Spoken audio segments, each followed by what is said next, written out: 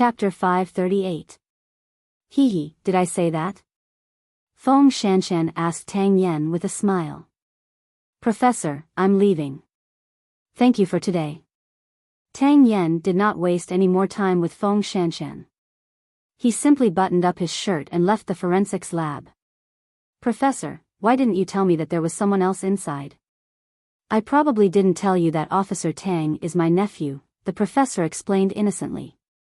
He said that his shoulder and neck are not feeling well recently. I asked him to come over and I'll take a look. Feng Shanshan said, You're really good. I'm so embarrassed. It's raining outside. Did you bring an umbrella? I'll ask Tang Yen to send you back later. Won't the misunderstanding be cleared up? The professor said happily while cleaning the scalpel. When is Muchichi coming back? Feng Shanshan began to miss Muchichi. If she was here, the atmosphere would not be so awkward. After Hua Tsong's case, the branch office was quiet for a few days. So, the forensics lab did not need any assistance. Feng Shanshan did not need to stay in the lab until late at night. When Feng Shanshan walked out of the lab, it was 9:00 at night. Tang Yen was at the door with an umbrella in his hand. His tall figure was always eye-catching. However, when he turned around and looked at the girl who had disagreed with him again and again, he thought that she would come over to help him with the umbrella. However, she pretended not to see him and rushed into the rainy night with her bag on her back. It took at least 10 minutes to get from the branch office to the bus stop. Was she going to get drenched in the rain? What a stubborn girl. When he arrived at the branch office, he was indeed a little interested in Muchichi. But he did not see Muchichi. Instead, he met such a strange girl. Was his umbrella poisonous? It had been raining a lot in Jianchuan recently. The winter wind was biting. Gu Xiling had been quite quiet recently. Every day, she prepared dinner on time and welcomed everyone from the Xing family home from Huangyao. She spent some time to investigate Xing Bowen's past love history. But she found that this man, who had lived for more than 30 years, had never had a woman. There was no way to talk about finding an ex or any exciting love history. Hu Ran was the same. Before she became stupid, she had never had a formal boyfriend. After she became stupid, there was no need to talk about it. If he wanted to drive a wedge between the two of them, he would have to find another way. Thinking of this, Gu Xiling asked Xing Kai after dinner, Is third brother's secretary a man or a woman? Woman, what happened? Can you arrange a pretty and smart one for him? Gu Xiling asked. Xing Kai looked at her for a long time. In the end, he did not say anything. However, he understood what she meant. She wanted to create some trouble for third brother. I will handle this matter, said Xing Kai. Kai, there are some things that you have to do. Firstly, to keep an eye on him. Secondly, the Gu family has gone bankrupt, and the Hu family behind Hu Ran will be a great threat to you. I want to get rid of this stumbling block for you. Xing Kai hugged Gu Xiling and nodded. I know, you did it for me. In another room, Hu Ran and third brother were discussing how to meet the paparazzi. That scumbag always stood them up when they met. In fact, third brother also knew what he wanted. It was nothing more than money. It was very simple. However, Hu Ran felt that even if she wanted to give him money, it would depend on whether what he said was worth it. Don't worry about this matter. I will contact the paparazzi. When we meet again, I will tell you. Before third brother went to bed, he said to Hu Ran, There is one more thing. My friend abroad told me that Tiffany and Company is starting to expose its shortcomings. In less than a month, the scandal will definitely spread. What about Huang Yao? Xing Bowen shrugged. Second brother insists on not withdrawing his investment. He wants to increase the investment. Grandpa believes in him. I can't do anything about it. I can only wait to suffer. You have tried your best. Don't make things difficult for yourself. Hu Ran smiled at him. Xing Bowen tugged at his hair and smiled too. Eighth brother has taught me some ways to salvage the situation. I only hope that when the time comes, Huang Yao will not fall too deep. What about you? Is the communication with father-in-law going well? Dad said that before I show him the evidence, he will not let that woman get pregnant. So, I still have time. That's good. After that, the two of them hugged each other naturally and lay down to sleep. But, that was all. The two of them were like injured foxes hugging each other for warmth. In this extremely cold world of ice and snow, there was only each other. It was 9:00 in the morning in America. Mu Qiqi and Xing Xiao filled in the documents at the notary office in America. After that, they would hold a small ceremony in the hall of the notary office. After that, they had to go through 2 notarization procedures. Even so, it would take about a week before they could get the marriage certificate. Seeing that the man in the black suit beside her was about to become hers completely, Mu Qiqi's lips curled up into a beautiful smile. I thought the notarization would be very complicated. Xing Xiao held Mu Qiqi's hand. The two of them were heading to the notary office. They were surrounded by foreigners. But everyone's eyes were focused on the young Asian couple. Because they were eye-catching.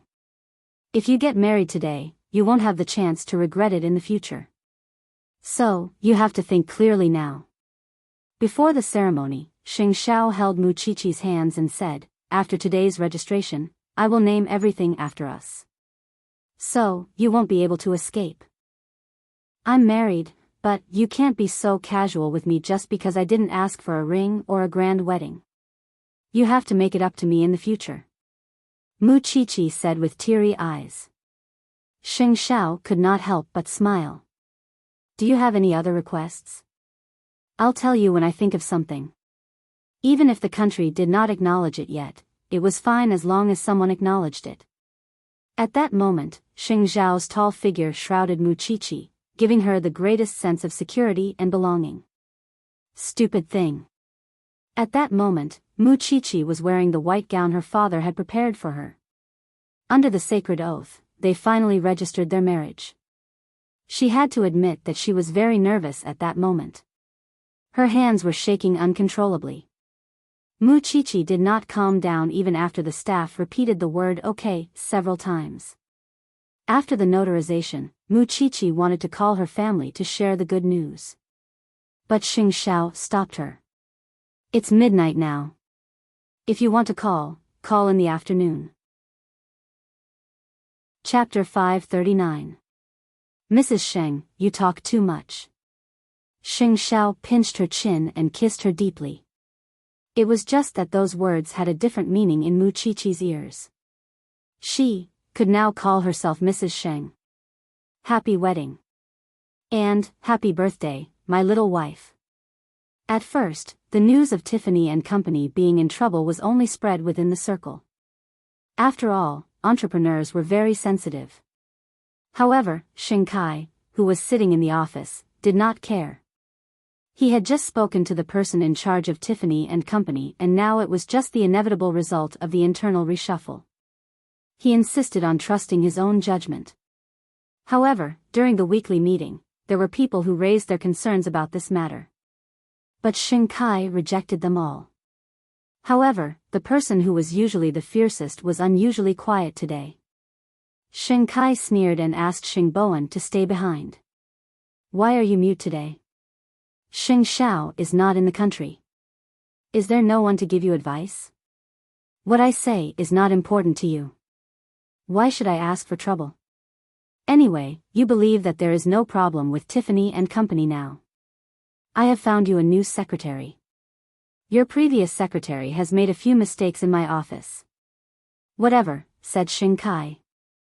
Although he was not very smart, he could still understand this kind of surveillance.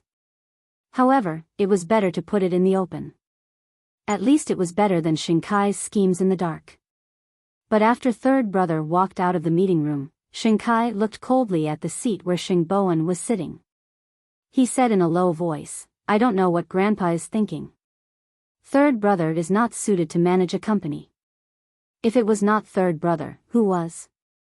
Was it him? Houston Hotel, America. At night, Xing Xiao brought Mu Qiqi to the hot spring on the top floor of the hotel to enjoy the night view of the whole city. There were only the two of them in the huge hot spring. Mu Qiqi believed that this man must have spent a lot of effort to decorate the place. Is it our wedding night now? Mu Qiqi turned her head and asked while leaning on Xing Xiao's chest. Xing Xiao turned her around and hugged her. What do you think? No, I can't reach the bottom of the pool. I'm drowning. Hold my waist, Xing Xiao whispered. Mu Qiqi looked around and suddenly felt a little shy. We're exposed in the air. Aren't you afraid that someone might take a video somewhere? It's only right and proper for me to kiss my wife. After saying that, Xing Xiao's thin face came closer and closer. At the same time, the dazzling fireworks rose into the sky. However, Mu Qiqi could no longer care about those beautiful fireworks. She was directly brought out of the pool by the man and walked to the hotel's bridal suite. Have a good sleep in the hotel tomorrow. We'll return to Jianchuan tomorrow night. Why do I have to sleep for a whole day? Mu Qiqi wrapped her arms around his neck in confusion. Because tonight, I don't plan to let you rest. Just like that, she married the man she loved and was infatuated with the most in her life. From then on, she had a new identity. Mrs. Sheng, on the other hand, Lu Qianqian had gotten the appreciation of many entrepreneurs in the circle after she dealt with her youngest uncle. It was unexpected that such a small body could carry such a big business. She was also very bold. Everyone was saying that this little shrew was not to be trifled with. Now, no one would talk about Lu Qianqian meeting a scumbag anymore. Now, the surprising thing was her ability to manage a business. After understanding some of this and hearing people often praising this girl, old Lin felt that he had not really understood Lu Qianqian as a person. In the past, he only thought that she was extremely ridiculous and did not look like a girl at all. She was a living slut. Although he did not change his opinion of this girl now, at least he saw that Lu Qianqian still had a little bit of good in her. After staying in the hospital for a long time, old Lin's condition was not under control. Then, other symptoms were found, and there seemed to be signs of diabetes. When Lu Qianqian knew about this, she immediately asked her secretary to contact a diabetes expert abroad. However, she did not tell old Lin that she was the one who invited the expert. Sometimes, she felt that this old man was pitiful and hateful. But in the end, he was not as stubborn as old Sheng. At least, he still had a little sincerity for Lin Muben. Otherwise, when Lin Muben hurt himself, he would not be a threat at all. Therefore, she was willing to do these insignificant things so that one day, old Master Lin would no longer reject her so much. She even hid all of this from Lin Mu, and because she knew that Lin Mu and would not allow her to do such a thing. At night, Lu Qianqian lay on the bed and sent a message to Lin Muben.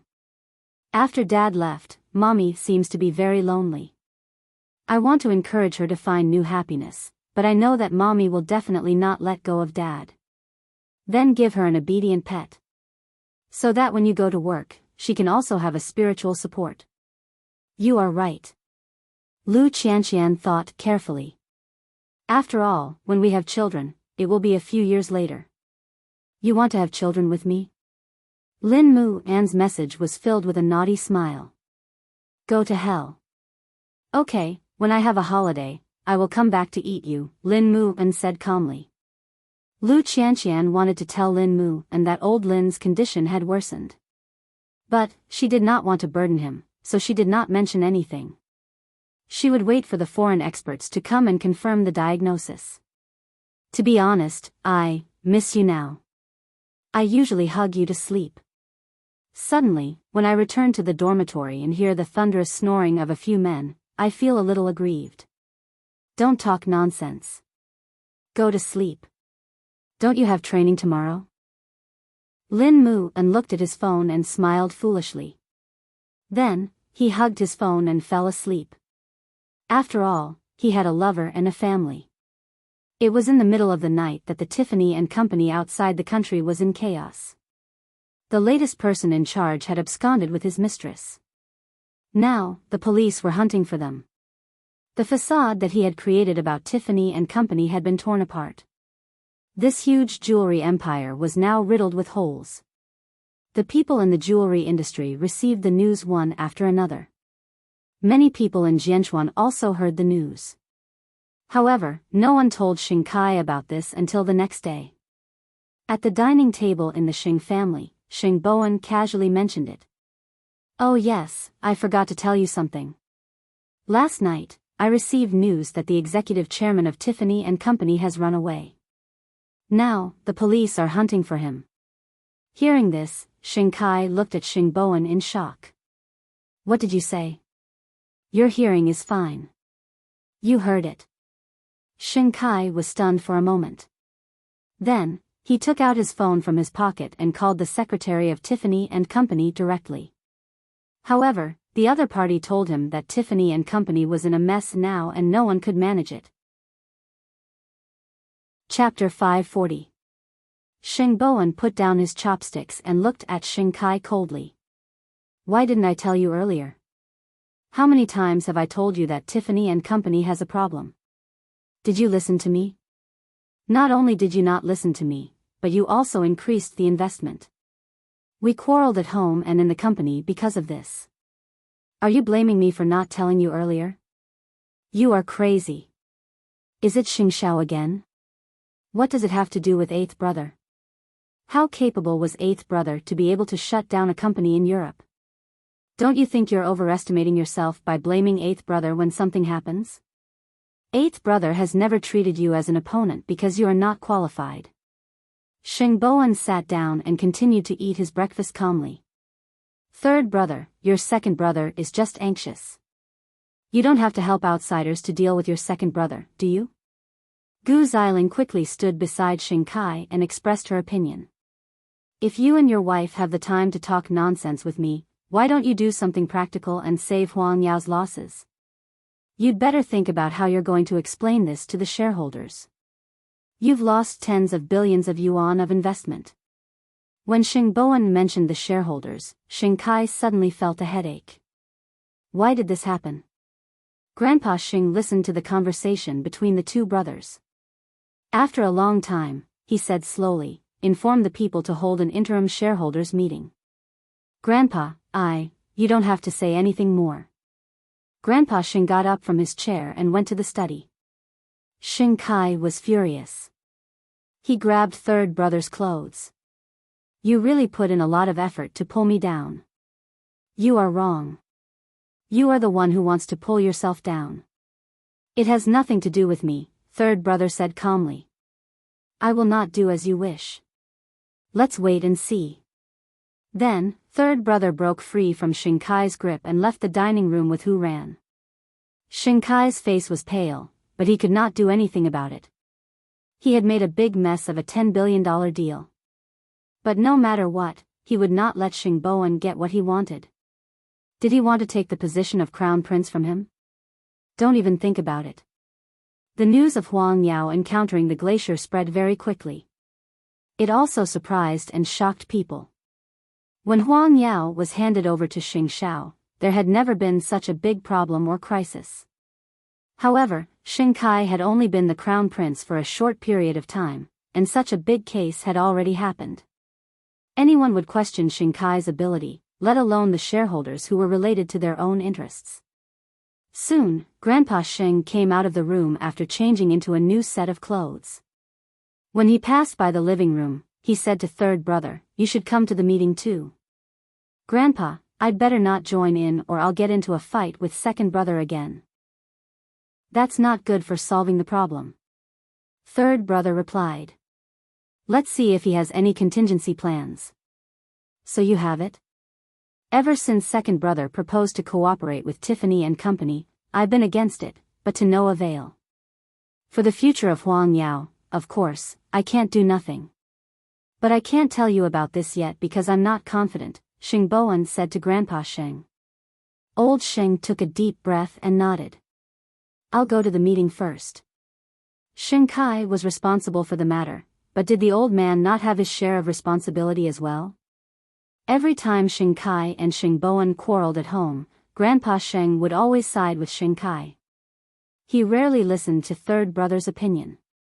But now? He had suffered a setback. After Grandpa Sheng left, the living room of the Sheng family finally quieted down. Because Gu Xiling just stared at Xing Bowen silently. After a long while, she finally said, "I really couldn't tell that you're so clever." "Same to you." This matter had blown up. Xing Xiao, who was far away in America, had received the news. He was about to return to Jianchuan with Mu Qiqi. However, when they arrived, the board meeting of Huang Yao had already ended a few times. "I don't know much about the business world. But, will this matter shake the foundation of Huang Yao?" "Of course not. The loss of investment is completely different from the Gu family situation. There are many ways to remedy it." Xing Xiao answered Mu Qiqi. "These things are very complicated. You might not understand even if I say a few words. Don't waste your brain cells. You just need to know that this is a good opportunity for third brother to take over. Are you really planning to pull second brother down from the position of crown prince?" "It's not me. It's third brother." Xing Zhao's eyes were half closed as he rested in the VIP lounge of the airport. His tone was lazy as if this matter did not bother him at all. Does third brother have such great ambition? It's not like you don't know that he was imprisoned in the Xing family. Only when he has real power can he really control his life. Then, are you going to help him? Xing Xiao shook his head. "I don't want to get involved in the jewelry industry anymore. Moreover, if third brother can't handle this matter, the result will be the same even if the person in charge of Huang Yao is changed." Mu Qiqi could not understand the deception in the business world. She did not want to understand it. "I can only pray for third brother in my heart." At this moment, the atmosphere in the meeting room of Huang Yao was unusually tense. Even Grandpa Sheng was personally involved. One could imagine how big a blow this matter was to Huang Yao. Xing Kai was sitting in the CEO's seat. However, all the shareholders looked at him suspiciously. Some of them even made things difficult for Xing Kai. Huang Yao has never had such a failed investment in so many years. When Xing Xiao was still around, we never sat here to hold anyone responsible for our investments. But today, I want to ask you something. CEO Sheng, have you thought of a solution for this matter? How much can the loss be reduced? Before this, third young master strongly opposed it. But CEO Sheng repeatedly assured the board that this cooperation was in the bag.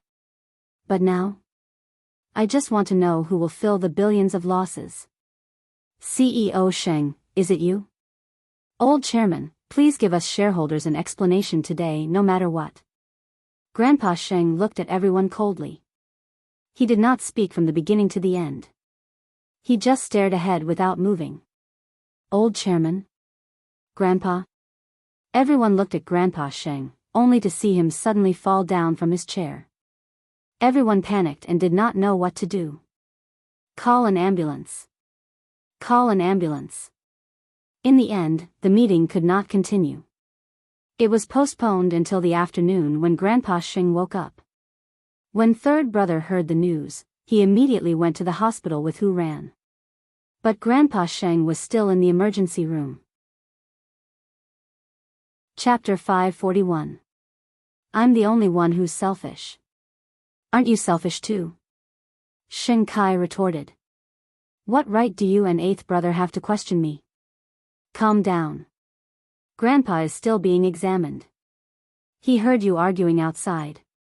His condition is going to get worse. Hu Ran quickly separated the two of them. How can you still have the mood to quarrel at a time like this? Xing Bowen let go of Xing Kai's collar and took a few steps back. The two brothers stood on each side, anxiously waiting for the news from the emergency room. Although they had a lot of hatred and complaints, they could not help but worry when it came to a critical moment.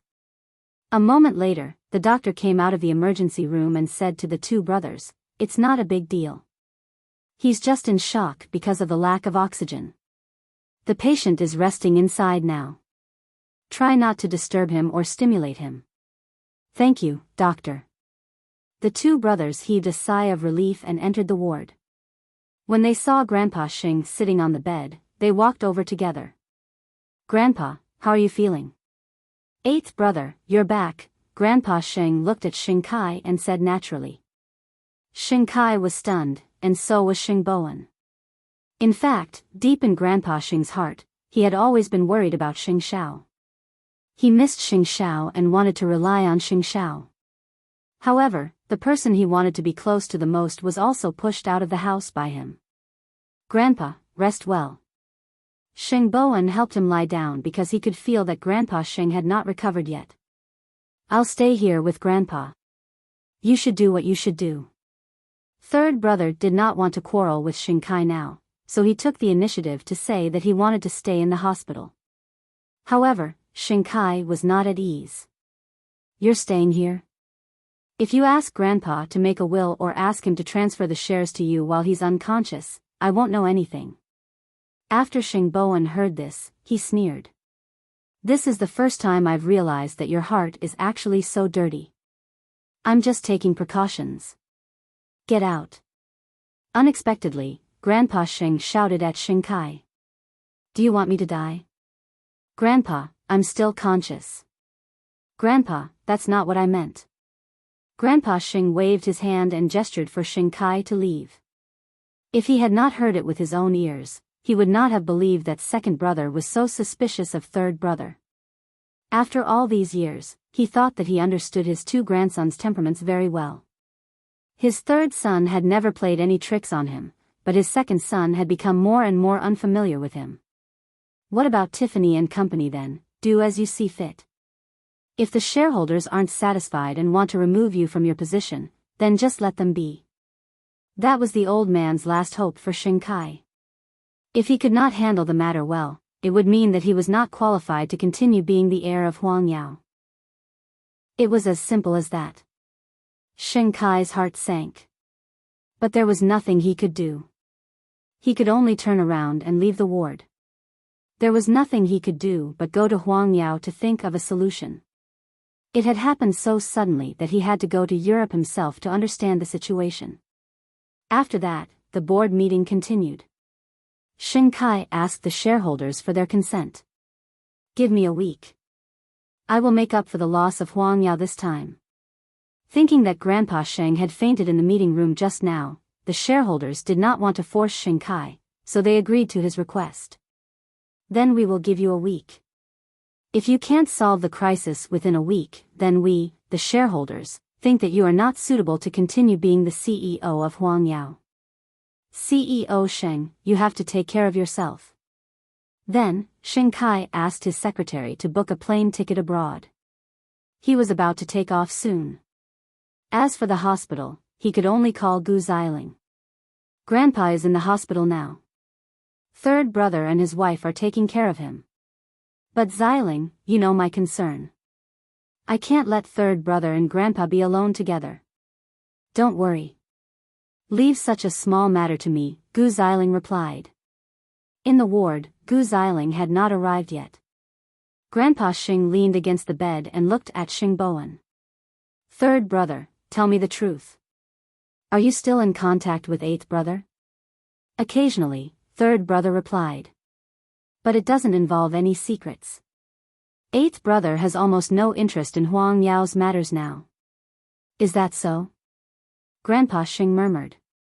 Grandpa, you know very well that the company will face the same situation sooner or later if you hand it over to second brother. That's why you are thinking about eighth brother. Grandpa Xing remained silent and did not answer.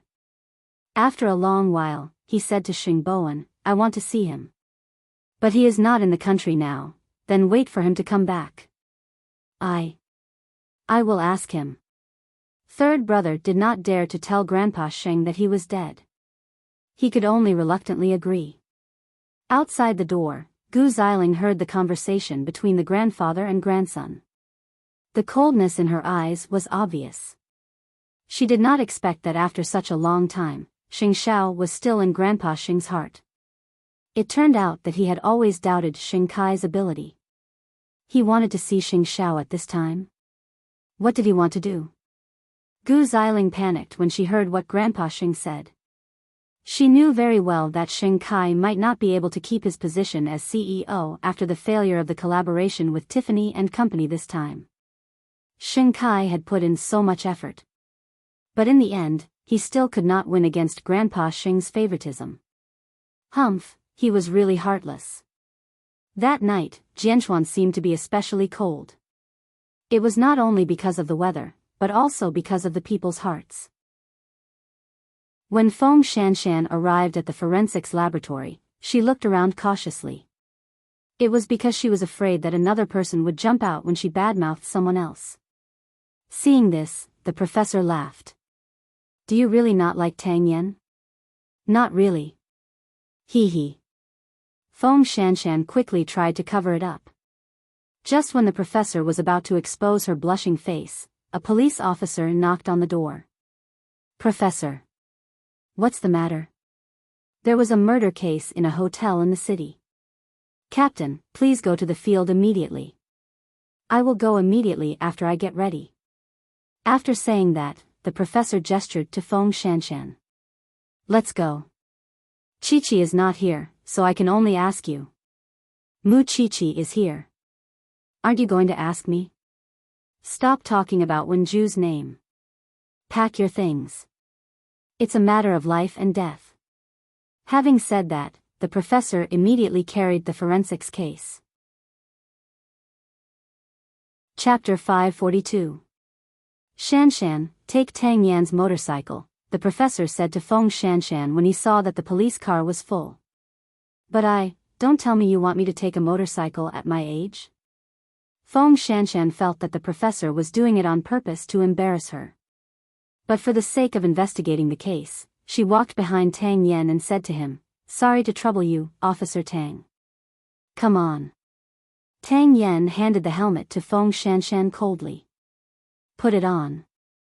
Hold on tight when the speed is too fast.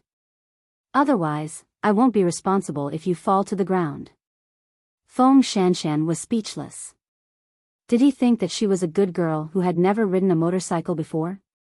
Even so, Feng Shanshan only knew what excitement was when she got into Tang Yan's car. She even felt that she was floating in the air the whole time. Was this man playing tricks on her on purpose? Of course, with such a fast speed, the two of them arrived at the crime scene immediately. Tang Yan showed his ID, and the police officers immediately let him in.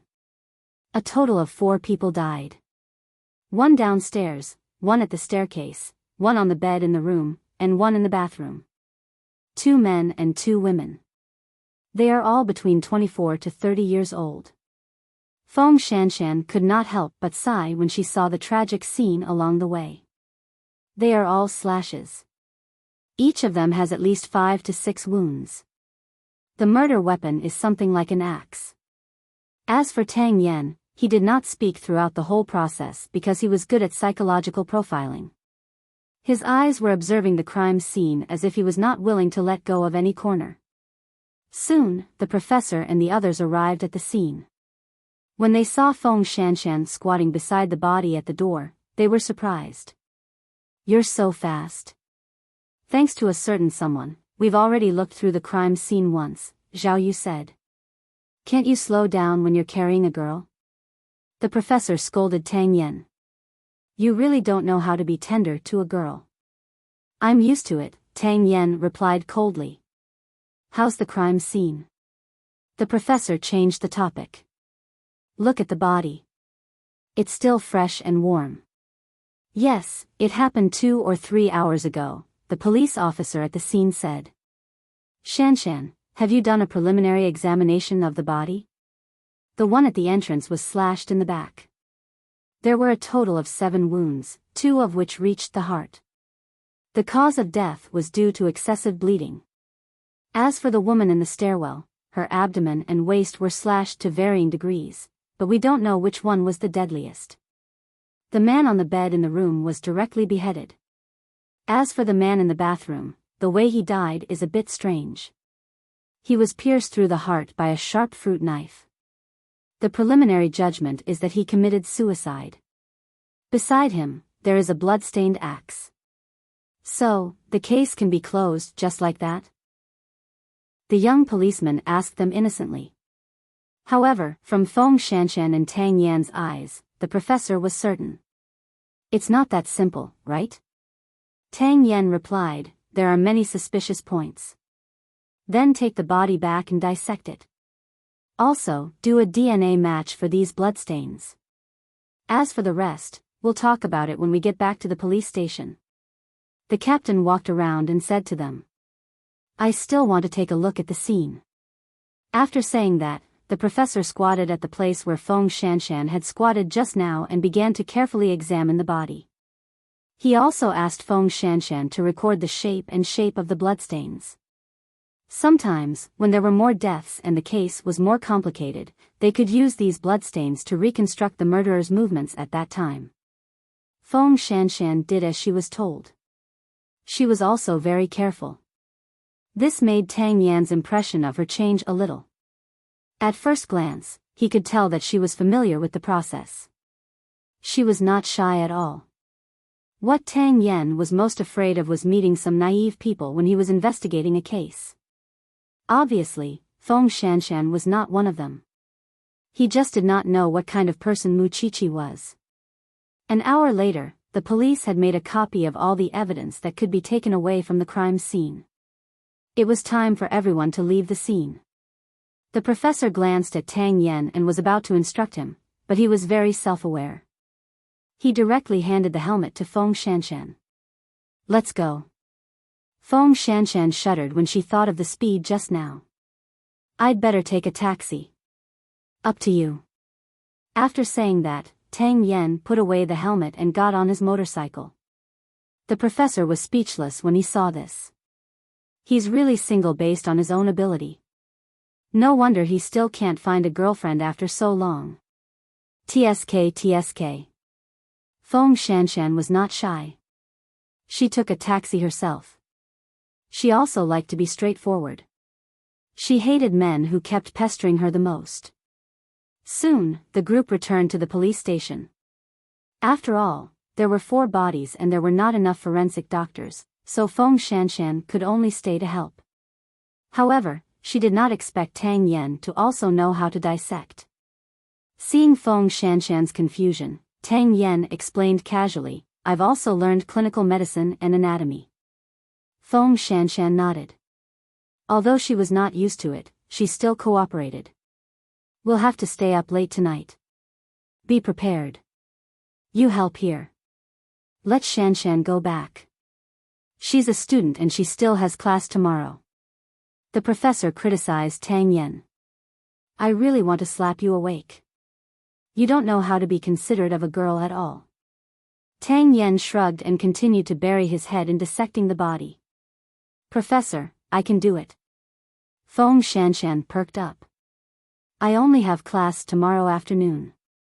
Don't force yourself. Feng Shanshan rolled her eyes and looked at Tang Yan. Don't look down on me. As for Mu Chichi, who Tang Yan wanted to see, she flew back to Jianchuan from America at 9:00 the next day. She and Xing Xiao got off the plane. Before they could go home, she received a call from Xing Bowen. Grandpa is sick. He wants to see you, 8th brother.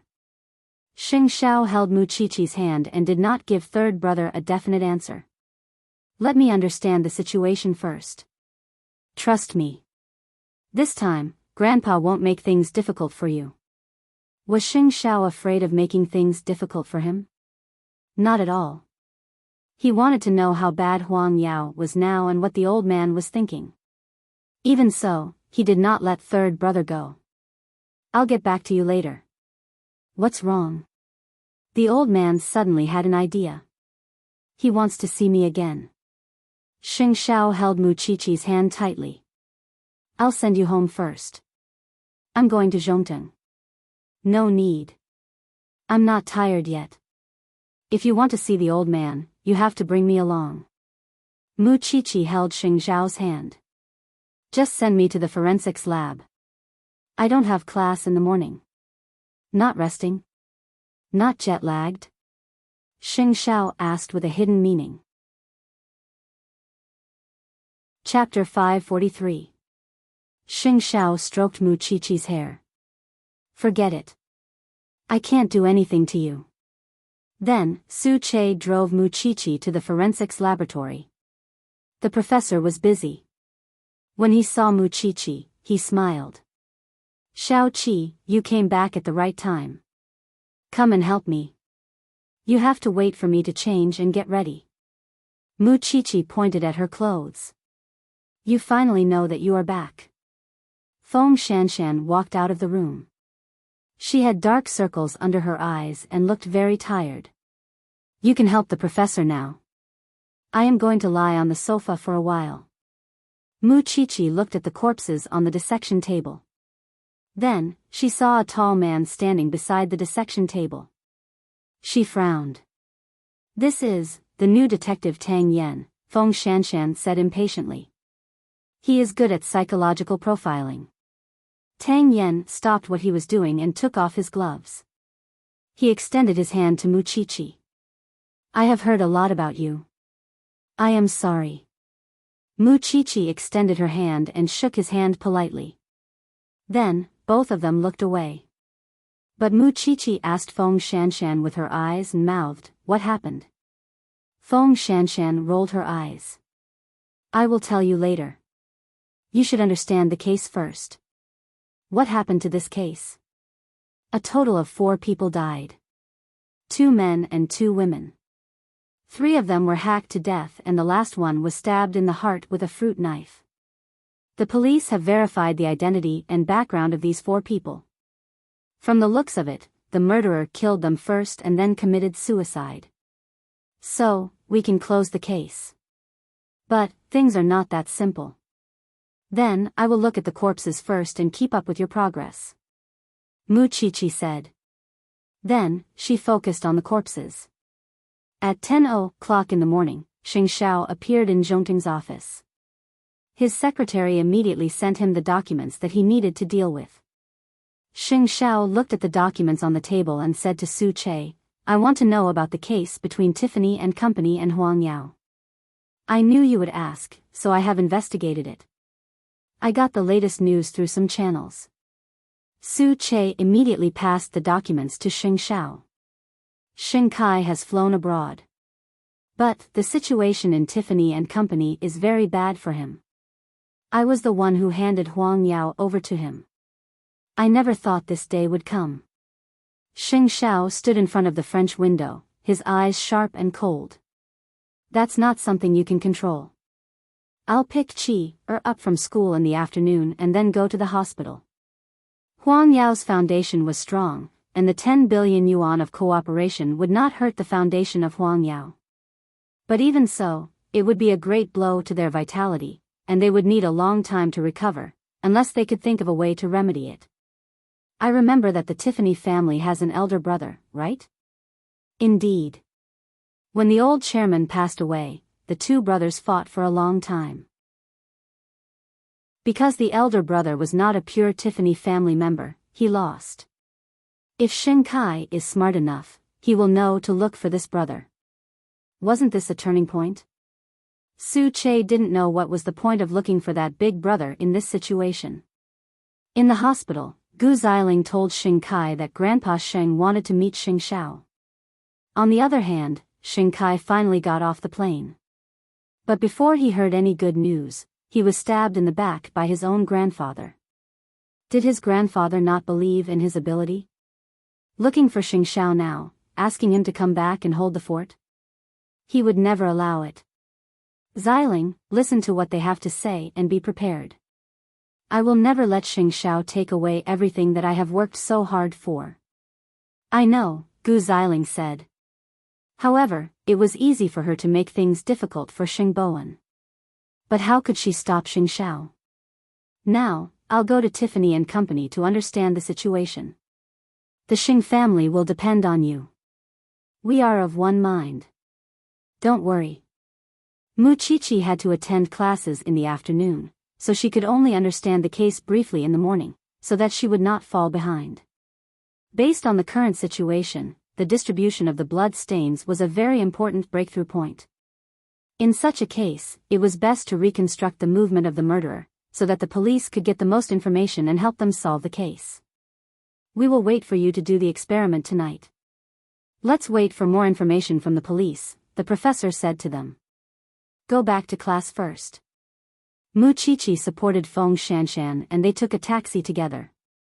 However, when she saw Tang Yen behind them, Mu Chichi could not help but gossip. This man is so tall and strong, and he has a good face. Aren't you interested in him at all? Feng Shanshan rolled her eyes. Don't mention it. I have said bad things about him several times and he heard it. He is not a quarrelsome couple. Enemy my A*S. Any random boyfriend I've had would have a much higher EQ than him. This is an ancient creature.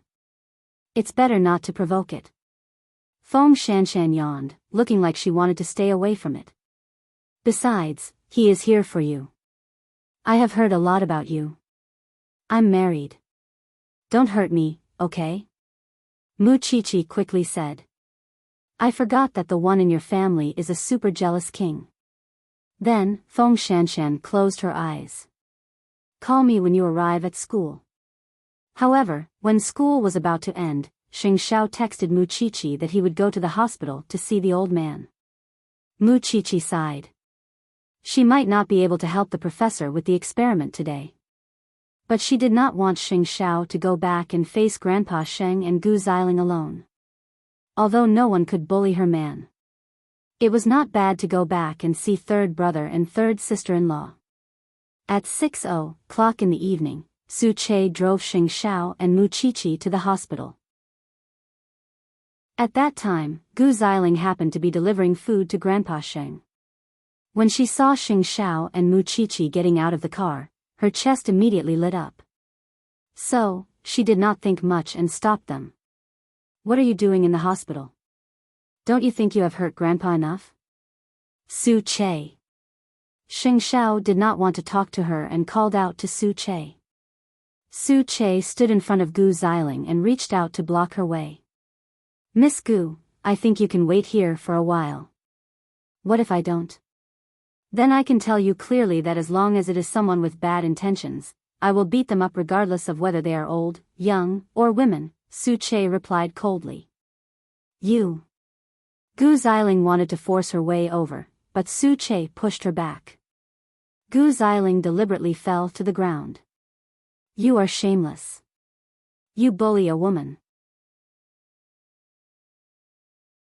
Chapter 544. In front of the ward, Xing Xiao and Mu Chichi saw third brother and his wife. Go in. Grandpa is inside. Eighth brother, Grandpa can't be provoked. Watch your words. I won't go in. Mu Chichi looked at Xing Xiao and said, if I go in and make his condition worse, I will be a sinner. Take good care of Qi, Xing Xiao said to third brother and his wife. Sheng Bowen pointed at the door and gestured for Xing Xiao to go in quickly. Gu Xiling could not afford to offend your precious daughter. Moreover, she had Su Che with her.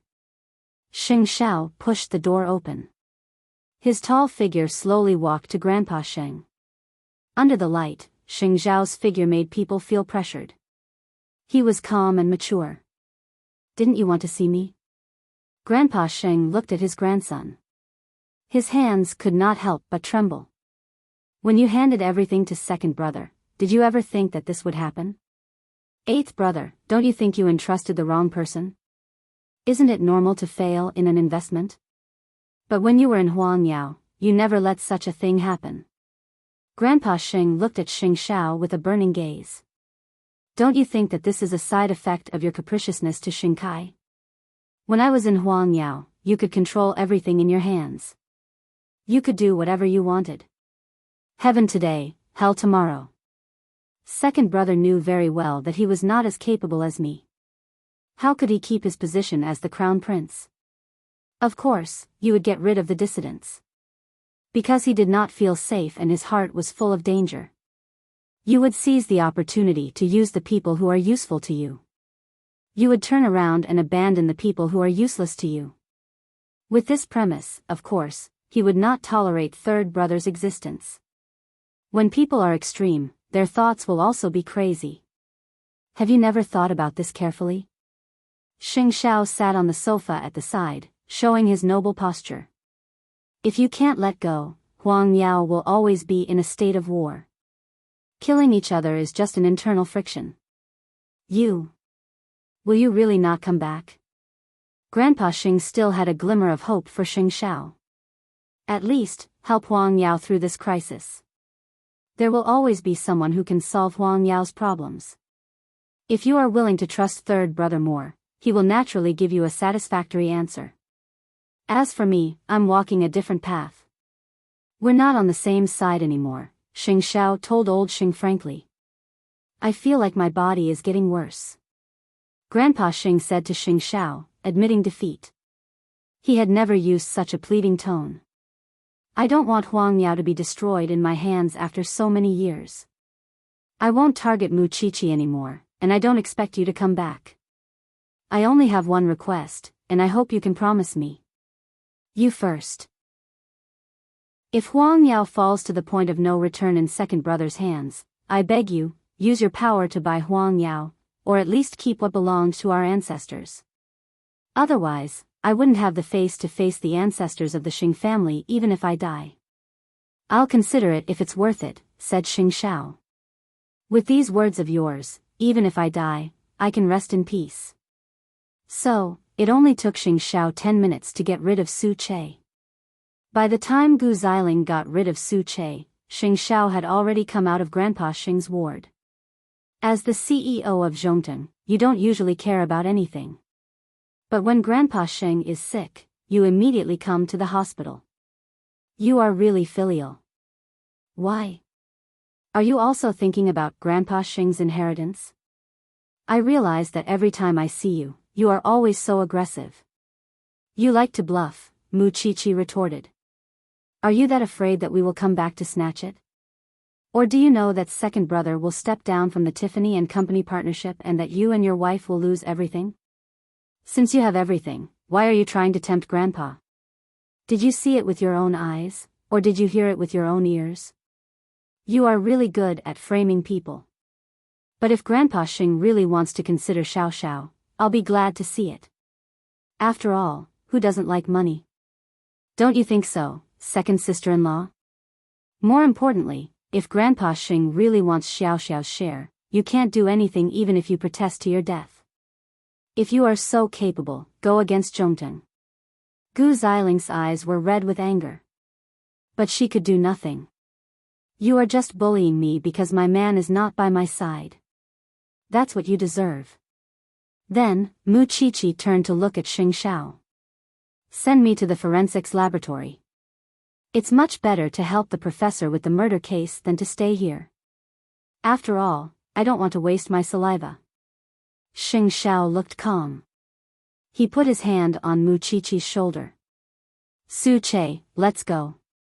Then, the three of them left the hospital and disappeared into the corridor. But Gu Ziling's anger had not been vented yet. Third brother, you are really something. Now that Huang Yao is in trouble both internally and externally, you still brought the Xing family's enemies here. Are you in cahoots with Xing Xiao to steal Grandpa's inheritance? Third brother saw that Gu Xiling was like a shrew, standing at the door of the ward and shouting. She did not look like a socialite at all.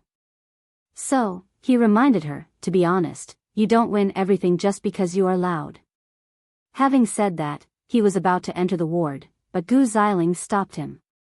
You don't need to take care of this place before second brother comes back.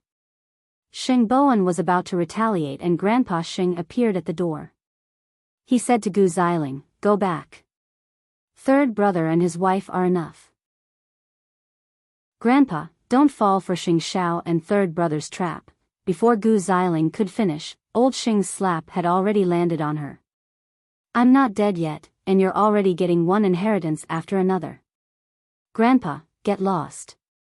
Grandpa Xing dragged third brother and his wife into the ward and slammed the door shut. Third brother quickly comforted Grandpa Xing. Grandpa, take care of yourself. Chronic illness makes no filial son. I haven't been sick for a long time, but they are already thinking about my inheritance. Grandpa Xing sneered. Why would Gu Xiling say that? I don't believe second brother doesn't know that these two are plotting against each other. Grandpa. Eighth brother told me to trust you more. Third brother, tell me the truth. Do you have a solution for this crisis? Chapter 545. As long as he is willing to come out and stabilize the situation, Tiffany and company will still have a chance to survive. The cooperation with Huang Yao can also be carried out. I have been in contact with him for some time. He is an upright and honorable person. Will he agree to take over the business? After all, he needs a large sum of money to make up for the deficit. He has the most inheritance in his hands. So, it will not be a problem for him to stabilize Tiffany and company, and he has many businesses under his name, Xing Bowen replied. If that is the case, then you must be responsible for this matter. Don't let Huang Yao suffer any losses. Grandpa has wronged you in this matter. I have wronged you in the past. Grandpa Xing suddenly said to Xing Bowen. You have only been sick for a day, but I have seen through many things. Now, you are just in shock. If you are seriously ill and unconscious, I am afraid you and your wife will not be able to fight against second brother and his wife. I really did not expect second brother to be so scheming. Outside the door, Gu Xiling was eavesdropping.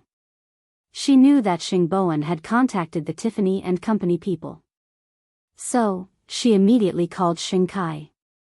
Look for the eldest young master of the Tiffany and company people. He can solve your problem. It turns out that third brother has been secretly trying to win him over. Xing Kai suddenly woke up from his dream. Yes, why didn't I think of meeting the eldest young master of the Tiffany and company people? Kai, Grandpa has met Xing Xiao. I don't know what they talked about. His damn assistant stopped me and I couldn't move. Xing Kai knew that this would be the result. It's not your fault. You have already helped me a lot. However, Xing Bowen had said that this eldest young master was an upright and honorable person. That meant that he would not make friends with just anyone and would not be willing to meet just anyone. Could Xing Kai really meet him this time? Let's just wait and see. In order not to let Gu Xiling treat him as a seriously ill patient, Grandpa Sheng was discharged from the hospital that night. When he returned home, he was as dignified as usual. Before going to bed, he called his lawyer. Let's meet outside tomorrow.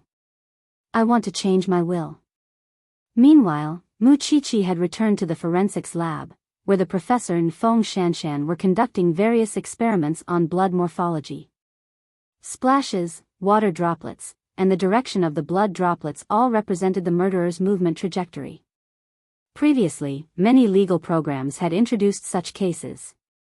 Unexpectedly, they really encountered such a case, and it seemed to be a highly imitated crime.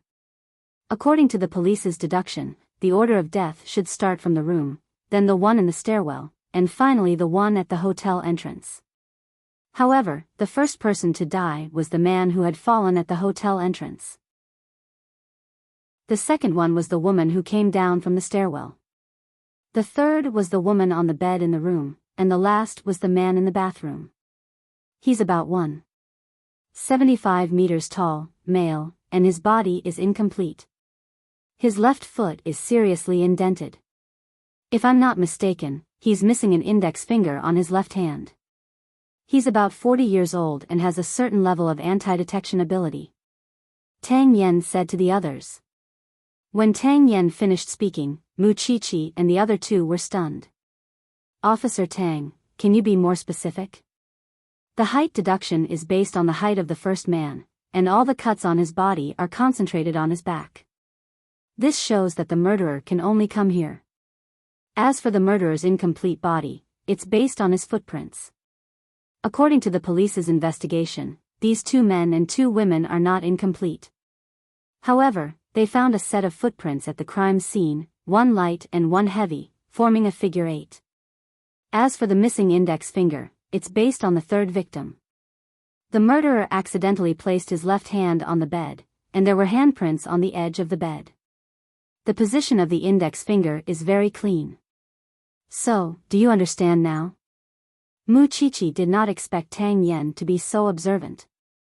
Sure enough, it made sense that his EQ was low. He was a serious person who did practical work. He should not have the energy to be in a relationship. What about the identity and social background of these 2 men and 2 women? The 2 men are brothers, and the 2 women are their wives.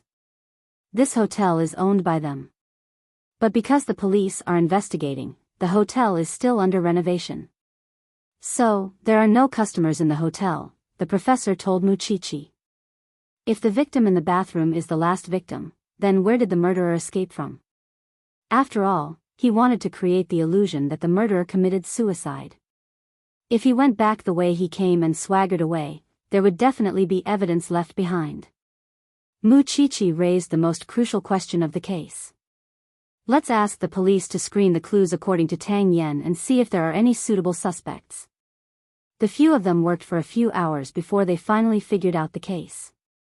However, when Feng Shanshan sat at the side and rested, she stole a glance at Tang Yen.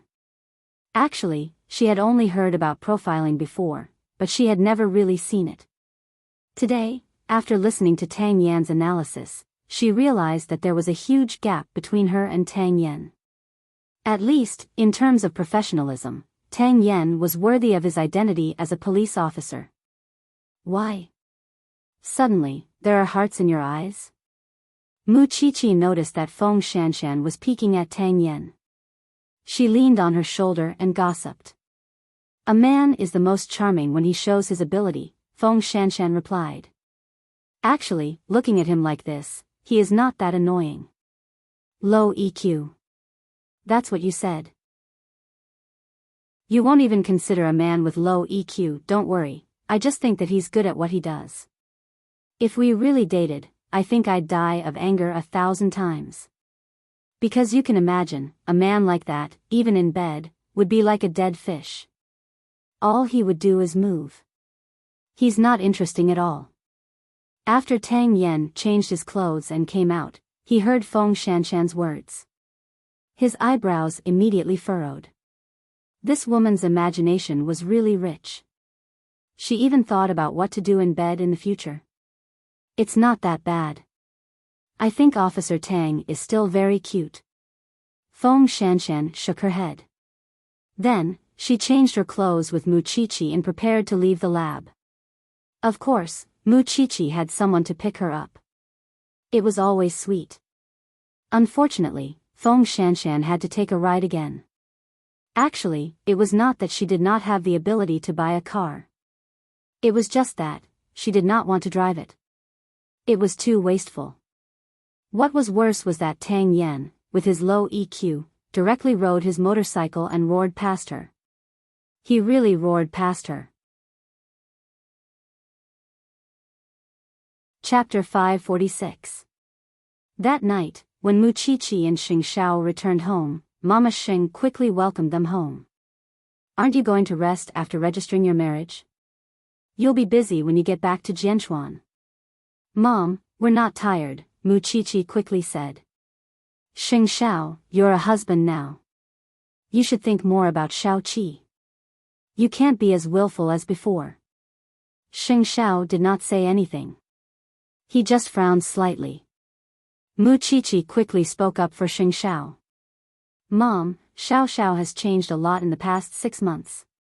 He has the charm of a mature man now. Mama Xing looked at her son and then at Mu Chichi. It's all your credit.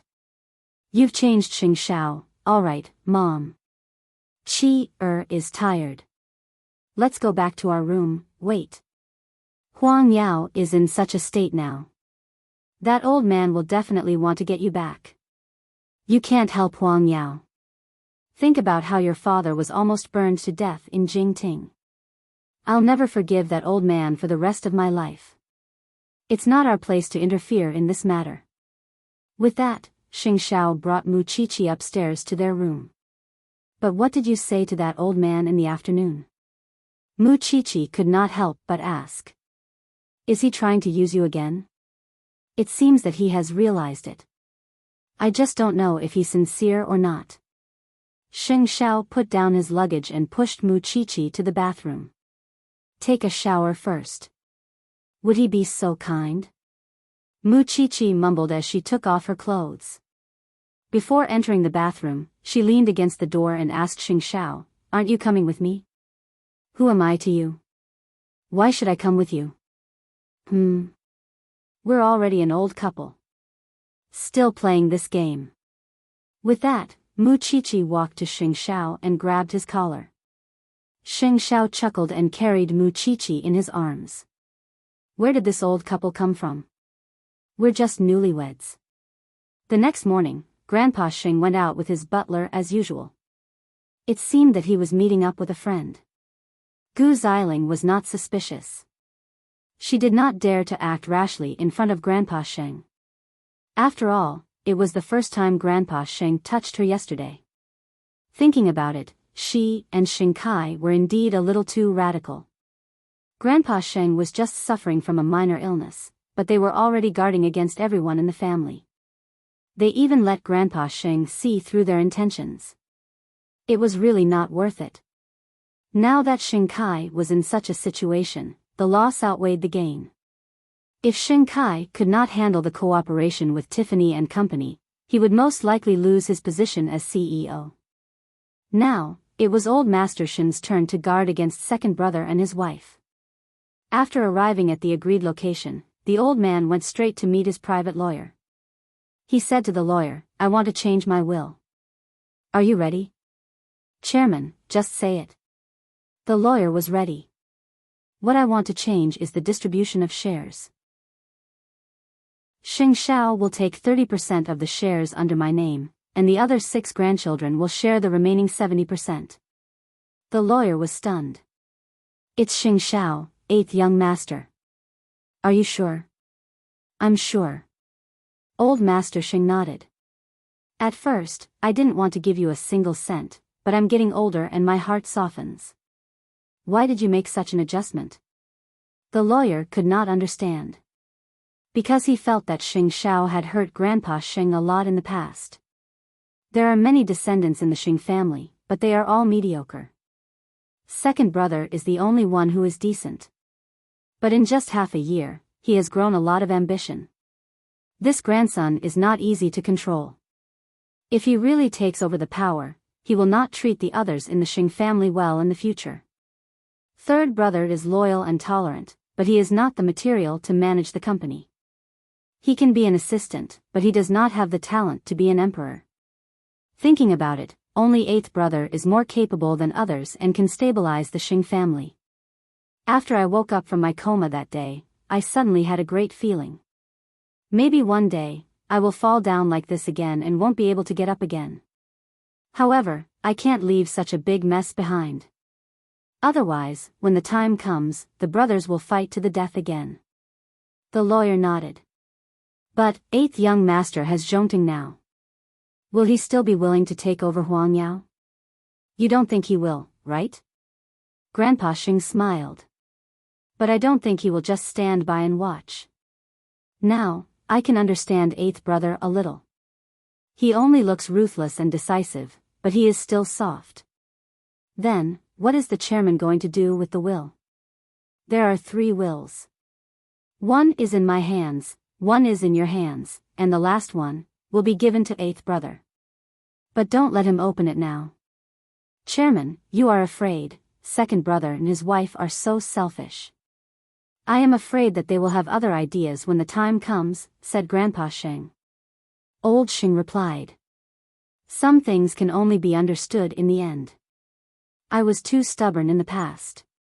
After hearing the old man's words, the lawyer nodded. I'll prepare the notarization. Xing Xiao might not care about the 30% of the shares, but he would never let second brother's conspiracy succeed. What if second brother and his wife made things difficult for third brother after he left? 8th brother still had a reason and an excuse to intervene. That family was led astray by his eagerness for quick success. Now, he just wanted the Xing family to return to peace.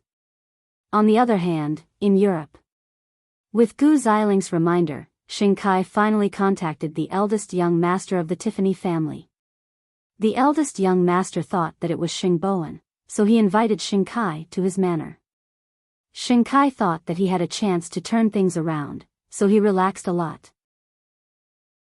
But when he arrived at the manor, the eldest young master was stunned. Because the person who came was not Xing Bowen. Xing Kai saw that the eldest young master's expression was not right, so he quickly reached out to him. But the eldest young master said to him, "I know you. The person I want to see is your brother." Xing Kai's face darkened. He said in perfect English, "My brother did not come. He asked me to come and see you." "Impossible. You are in cahoots with my brother. If you did not support my brother, he would not have won the position of the CEO of Tiffany & Company. You are the one who helped him. How dare you come to my house?" The eldest young master of Tiffany & Co. glared at Xing Kai. "I know why you are here. But I will not give you an answer without seeing Bowen." Xing Kai felt even worse when he heard this. Bowen is not qualified to represent Huang Yao. Chapter 547. The other party's attitude was very firm, so Xing Kai could not force him. However, he now knew one very important thing, and that was whether he could successfully overcome this difficulty this time depended on Xing Bowen. But would Xing Bowen help him unconditionally? Now, the board of directors had a lot of opinions about him. If he could not successfully handle this project, he could forget about being the CEO of Huang Yao.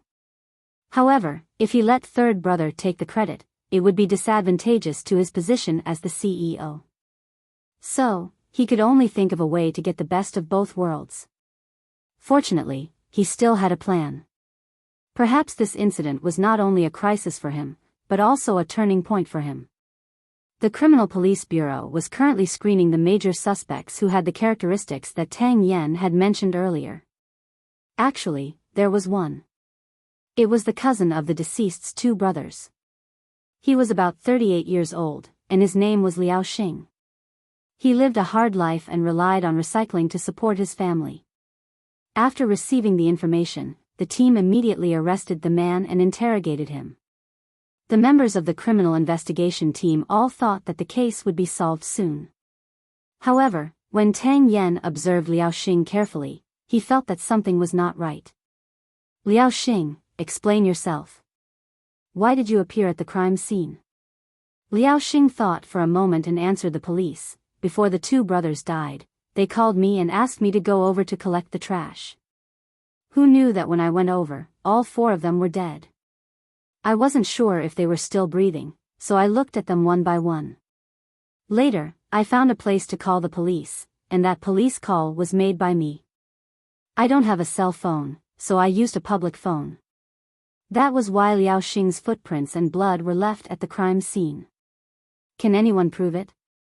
You can ask my wife. There is a call record on the landline at home.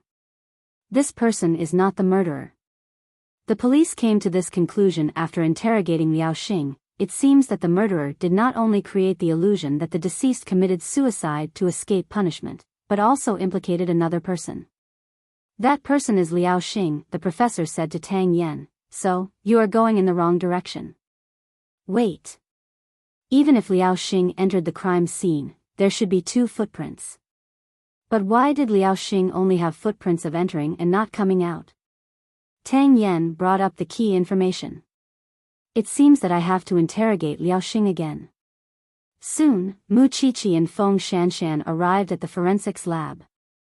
After knowing that the police had gained so much in one day, they quickly understood the case. Moreover, Mu Qiqi offered her own opinion. "I feel like we've overlooked a very important piece of information. The hotel itself is being renovated." "Why is it being renovated? Is it related to that?" "It's said that it's related to gambling and that white stuff," the police replied. "If it involves these two things, does the hotel have any special services, such as secret doors or escape routes that others don't know about?" After listening to Mu Qiqi's words, Feng Shanshan stared at her. "You know this too? I really couldn't tell that you're such a rich young lady." I've seen a lot of cases, but that's just my guess. Besides, this murderer also knows Liao Xing, so he must be someone familiar with the 4 victims. I think, if the hotel really has these facilities, then the murderer knows about them and uses them to deceive others. I'll ask the team to visit the neighbors and carefully check every corner of the hotel, the captain of the criminal investigation team said. As for Liao Xing's side, I'll inform everyone as soon as there's a result. This murderer is not only vicious but also smart. Of course, Chi-Chi, you're smarter than him. The captain of the criminal investigation team praised her. All right, it's getting late. You and Shanshan should go back and rest. Aren't you a student? Don't delay your studies. I won't be responsible if you fail. More importantly, your family's car has been parked at the entrance for a while. Mu Chi-Chi looked out of the door and blushed. Then I'll leave first. When the professor saw Mu Chi-Chi leaving, he leaned on Tang Yan's shoulder. Send Shanshan home, I still have some doubts. I want to stay here. Tang Yan refused without thinking. The whites of the professor's eyes almost rolled to the sky. Won't you be able to solve your doubts if you send her home? If I were your mother, I would be very worried. How are you going to find a girlfriend like this? Tang Yan turned around and looked at Feng Shanshan. But Feng Shanshan did not count on him. She walked out of the police station and planned to exercise again. However, the weather was bad tonight. It was not safe for a girl to be out alone. So, Tang Yan did not hesitate. He went straight to the parking lot and drove his off-road vehicle out. Feng Shanshan did not expect Tang Yan to catch up with her. She was obviously dismissive. I don't want to trouble you, Officer Tang. Come on. Don't waste each other's time. I can go home myself. Feng Shanshan was very stubborn. She did not want to have anything to do with Tang Yan. But at this moment, Tang Yan suddenly stopped the car and got out of the car at lightning speed. He carried Feng Shanshan on his shoulder and threw her on the passenger seat of the off-road vehicle. Being stubborn is not a woman's strength. Feng Shanshan rolled her eyes. Officer Tang, do you know how many times I've rolled my eyes at the sky after you came? Just don't do it in front of me. Feng Shanshan was speechless. Actually, Officer Tang, you really don't have to force yourself. I'm not forcing myself. It's nothing. Feng Shanshan was angry. She decided to stop talking. But Tang Yan did not start the car either. They stared at each other. After a while, Feng Shanshan said, Are you planning to spend the new year here? If you don't tell me the address, I can only drive to my house. Feng Shanshan felt that she must have been influenced by people with low EQ for too long. Otherwise, why would she be so stupid with Tang Yan? Then, Feng Shanshan told him the address and closed her eyes to rest. She did not think that she would have the time to argue with this idiot after a long day. Actually, Mu Chi-Chi and Xing Zhao's car was behind them. Mu Chi-Chi saw with her own eyes that Tang Yan carried Feng Shanshan on his shoulder. These two obviously have a chance. But Officer Tang's EQ is really too low. Chapter 548. I'm innocent.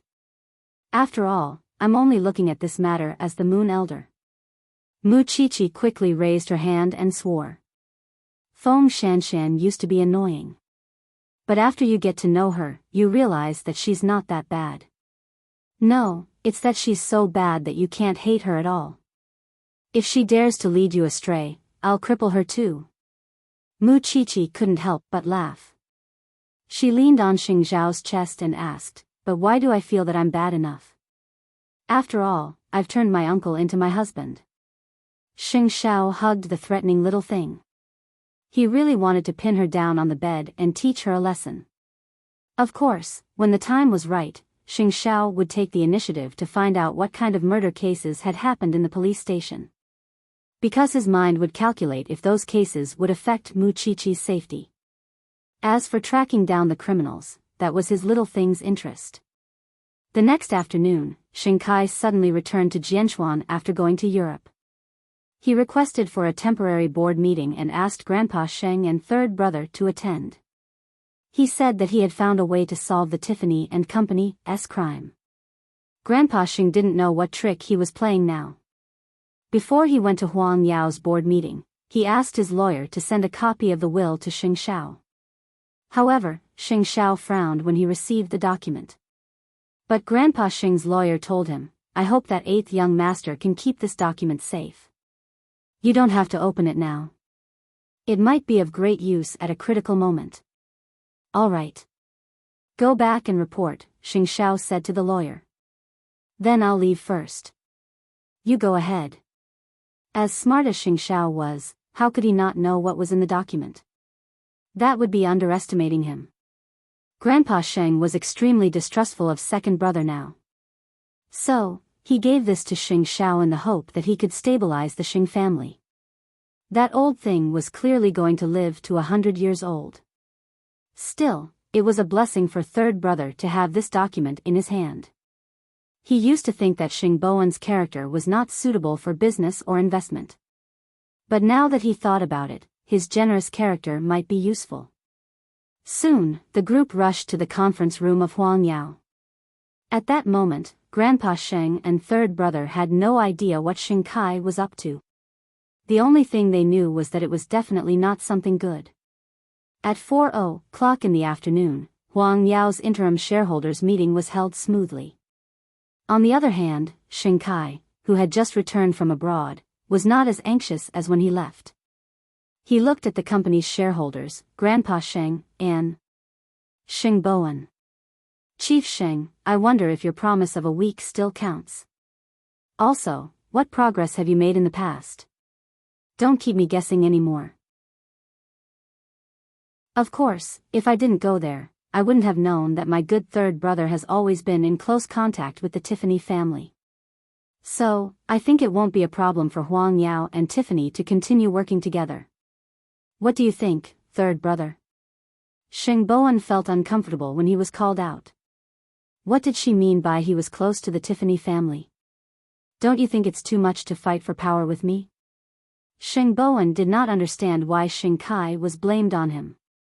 How am I too much? It's been a few days since it happened. Since you have such a deep relationship with the eldest young master of Tiffany and Company, why did you watch me being put in a difficult position by the board of directors? Why didn't you help me to stabilize the situation in Huang Yao? Can't everyone understand what you are trying to do? You just want to see the board of directors fire me. Then, you will immediately come up with a solution to the problem and win the support of the board of directors. What do you think? Am I right? After hearing Xing Kai's words, Xing Bowen finally understood his second brother's intentions. He had gone to the eldest young master of Tiffany and Company. So, he came back to make a scene. I have always been against you working with Tiffany and Company. How many times have we quarreled publicly and privately? Is it my fault that you insist on expanding the investment? I know there is a problem with Tiffany and Company. That's why I built a good relationship with the eldest young master of Tiffany and Company. This is to prevent Huang Yao from falling into such a problem. I am just a deputy CEO. What right and identity do I have to go against you? I just hope that if Huang Yao is really in danger one day, there might be a way out. A way out? Xing Kai sneered. If it is as you said, why is the other party unwilling to see me? Moreover, if you are really so kind, why didn't you stand up and explain the matter when it happened? That's because I am not confident that I can convince the eldest young master of Tiffany and Company. I am not like you. I will not make empty promises if I can't do it. The reason why the other party is unwilling to see you is that when he and his brother were fighting for the position of the chairman, your cooperation helped his brother to win. Why would he want to see you? Hearing the quarrel between the two brothers, the shareholders finally understood what was going on. It turned out that the key to solving all this was Xing Bowen. However, the two brothers were suspicious of each other. You are saying it in hindsight. That sounds nice. Anyway, Xing Kai just wanted to make himself look dignified. If he was not wrong in anything, then he was right. Sheng Bowen took a deep breath. He really could not be bothered to talk to him. At this time, Grandpa Sheng, who had been silent for a long time, said, Sheng Kai stubbornly made a false risk assessment report. The root cause is him. Of course, I encouraged him. So, I am also at fault. That day, when I fainted at the board meeting, it was third brother who took care of me in the hospital. He immediately told me about the eldest young master of Tiffany and Company. He had a way to save Huang Yao at the critical moment. Before this, the two brothers were quarreling at home.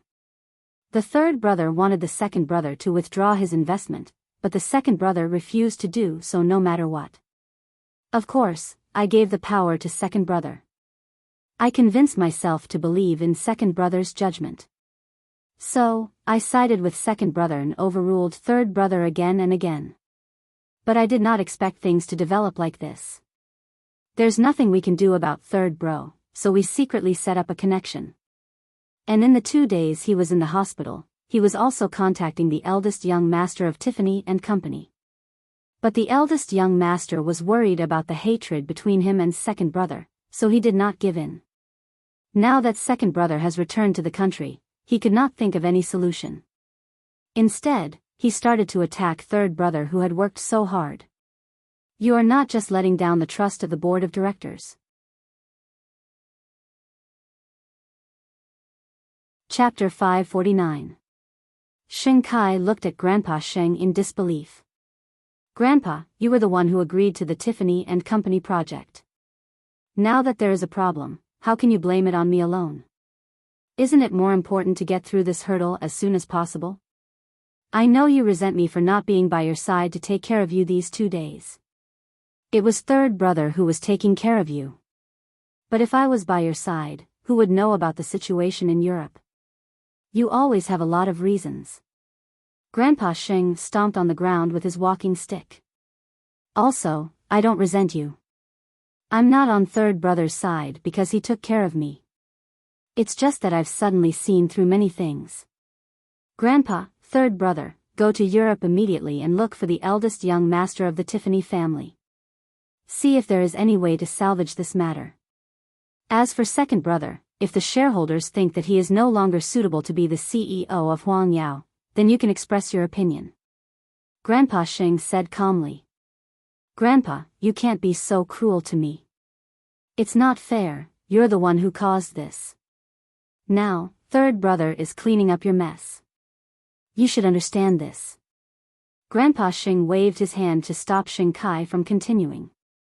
Everything depends on the decision of the board of directors. I suggest that we suspend CEO Sheng and let the deputy CEO take over temporarily. Let's see how capable third young master is before making a decision. I agree. The shareholders scrambled to express their opinions.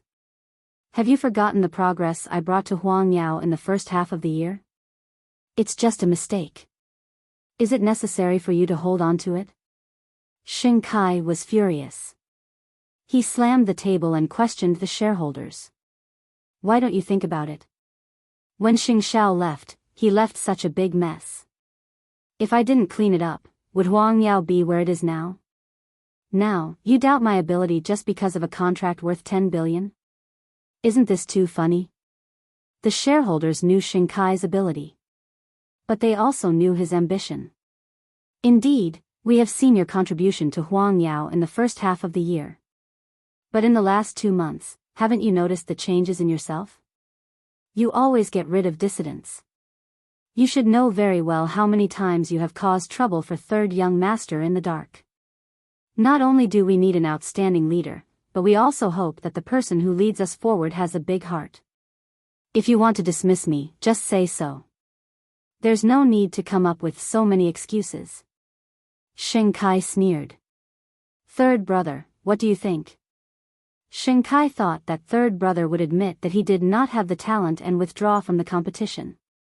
But, Sheng Bowen said directly, Grandpa, I don't need to go abroad because Charney is preparing to visit Jianchuan. As an outstanding entrepreneur, he will try his best to discuss this matter with Huang Yao without any personal grudges. When was it confirmed? Just now.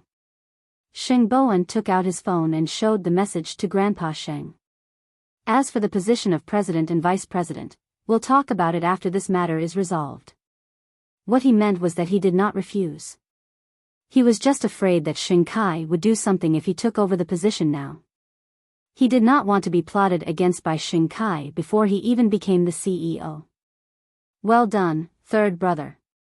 You ganged up to bully others. Not bad. Having said that, Xing Kai walked out of Huang Yao's office. Third brother, you can handle the rest. I don't care. It's all right, third young master. We will try our best to help you. The shareholders immediately said.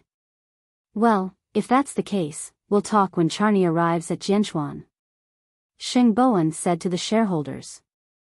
Let me say this first. Since this matter has come to this, I am not confident that I can turn things around. I can only say that I will try my best, but I dare not say that I will be absolutely sure. Just do your best. Grandpa Sheng said to third brother.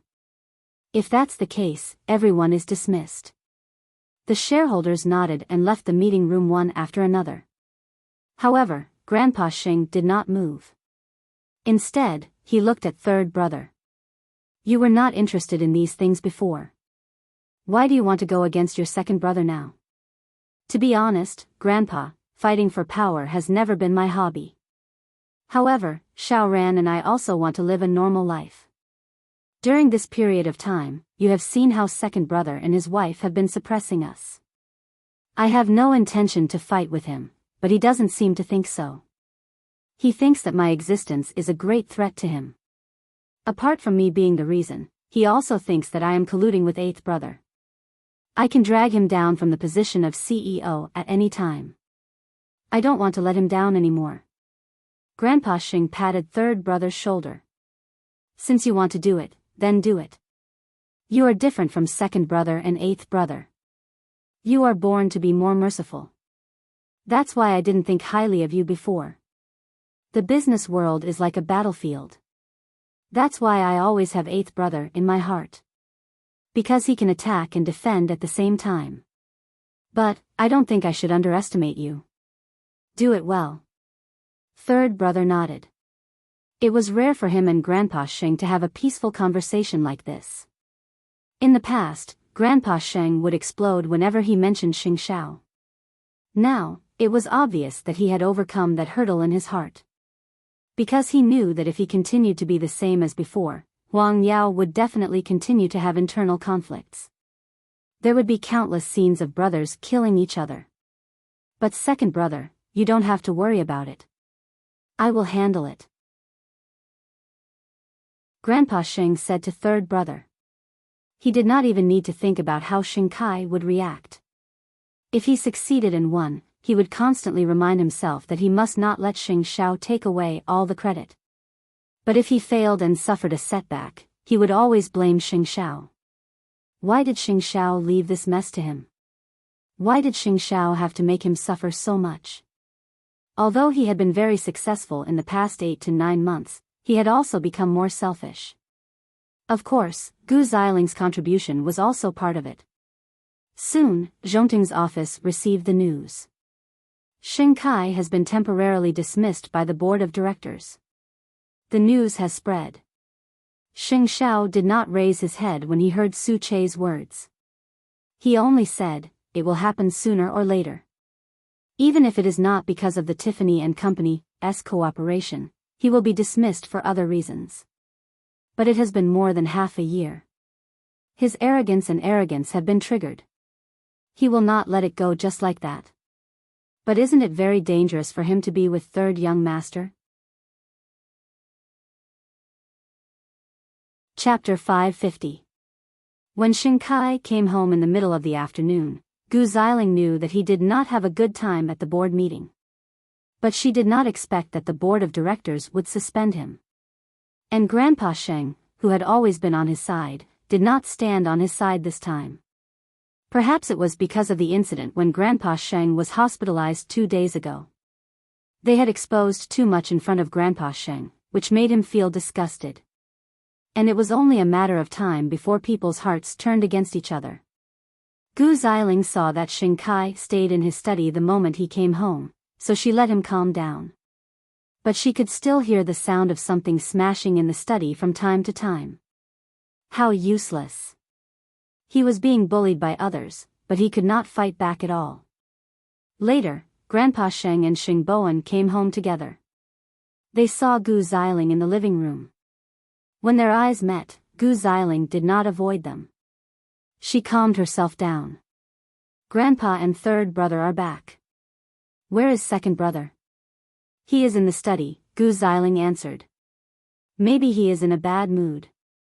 He will be fine when he thinks it through. In that case, you should stay at home and accompany him for the time being. He does not need to interfere with the company's affairs for the time being. Having said that, Grandpa Sheng turned to Xing Bowen. Come to my study. Yes, Grandpa. Gu Xiling knew that the old thing could turn hostile faster than flipping a page, which was why there was no need to be calculative with him now. When the power of Huang Yao was completely in her and her husband's hands, she would come and settle the scores with the Xing family one by one. It was dinner time. Xing Kai did not come out for dinner. Gu Xiling was facing everyone in the Xing family alone.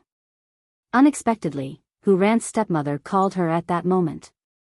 Sorry, I need to take a call. Gu Xiling took her phone and went to the garden. Then, she heard the woman's voice. Xiling, are you free these days? Can we meet for a chat? Mrs. Hu, do you have something to share? We will know when we meet. I heard that you and second young master are not in a good situation in the Xing family recently. We are friends. Of course, I have to help you. See you tomorrow, Gu Xiling replied. Now, no matter what, she had to think of a way to separate third brother and his wife. Otherwise, with the Hu family supporting third brother, wouldn't he have to be above Xing Kai in the future? After dinner, in the bridal chamber, Hu Ran looked at Xing Bowen, who had just finished washing up. She patted the seat beside her and said to him, Third brother, now that you are in power, second brother and second sister-in-law will definitely see you as a thorn in their side. Do you have any way to deal with it? Xing Bowen looked at her and shook his head. Grandpa said that this is the difference between me and eighth brother. If it were eighth brother, he would definitely be able to guess what the other party would plan and take precautions. But I can't. I can only take one step at a time. Hu Ran knew that he was a straightforward person, so she also laughed. Perhaps a foolish person has a foolish fortune. You may be in a lot of danger if you follow me, Xing Bowen said helplessly. But don't be afraid. I will do my best to protect you. Yes, I'm not afraid. Hu Ran nodded. Go to sleep. From tomorrow onwards, you will be busier. Banyan Courtyard.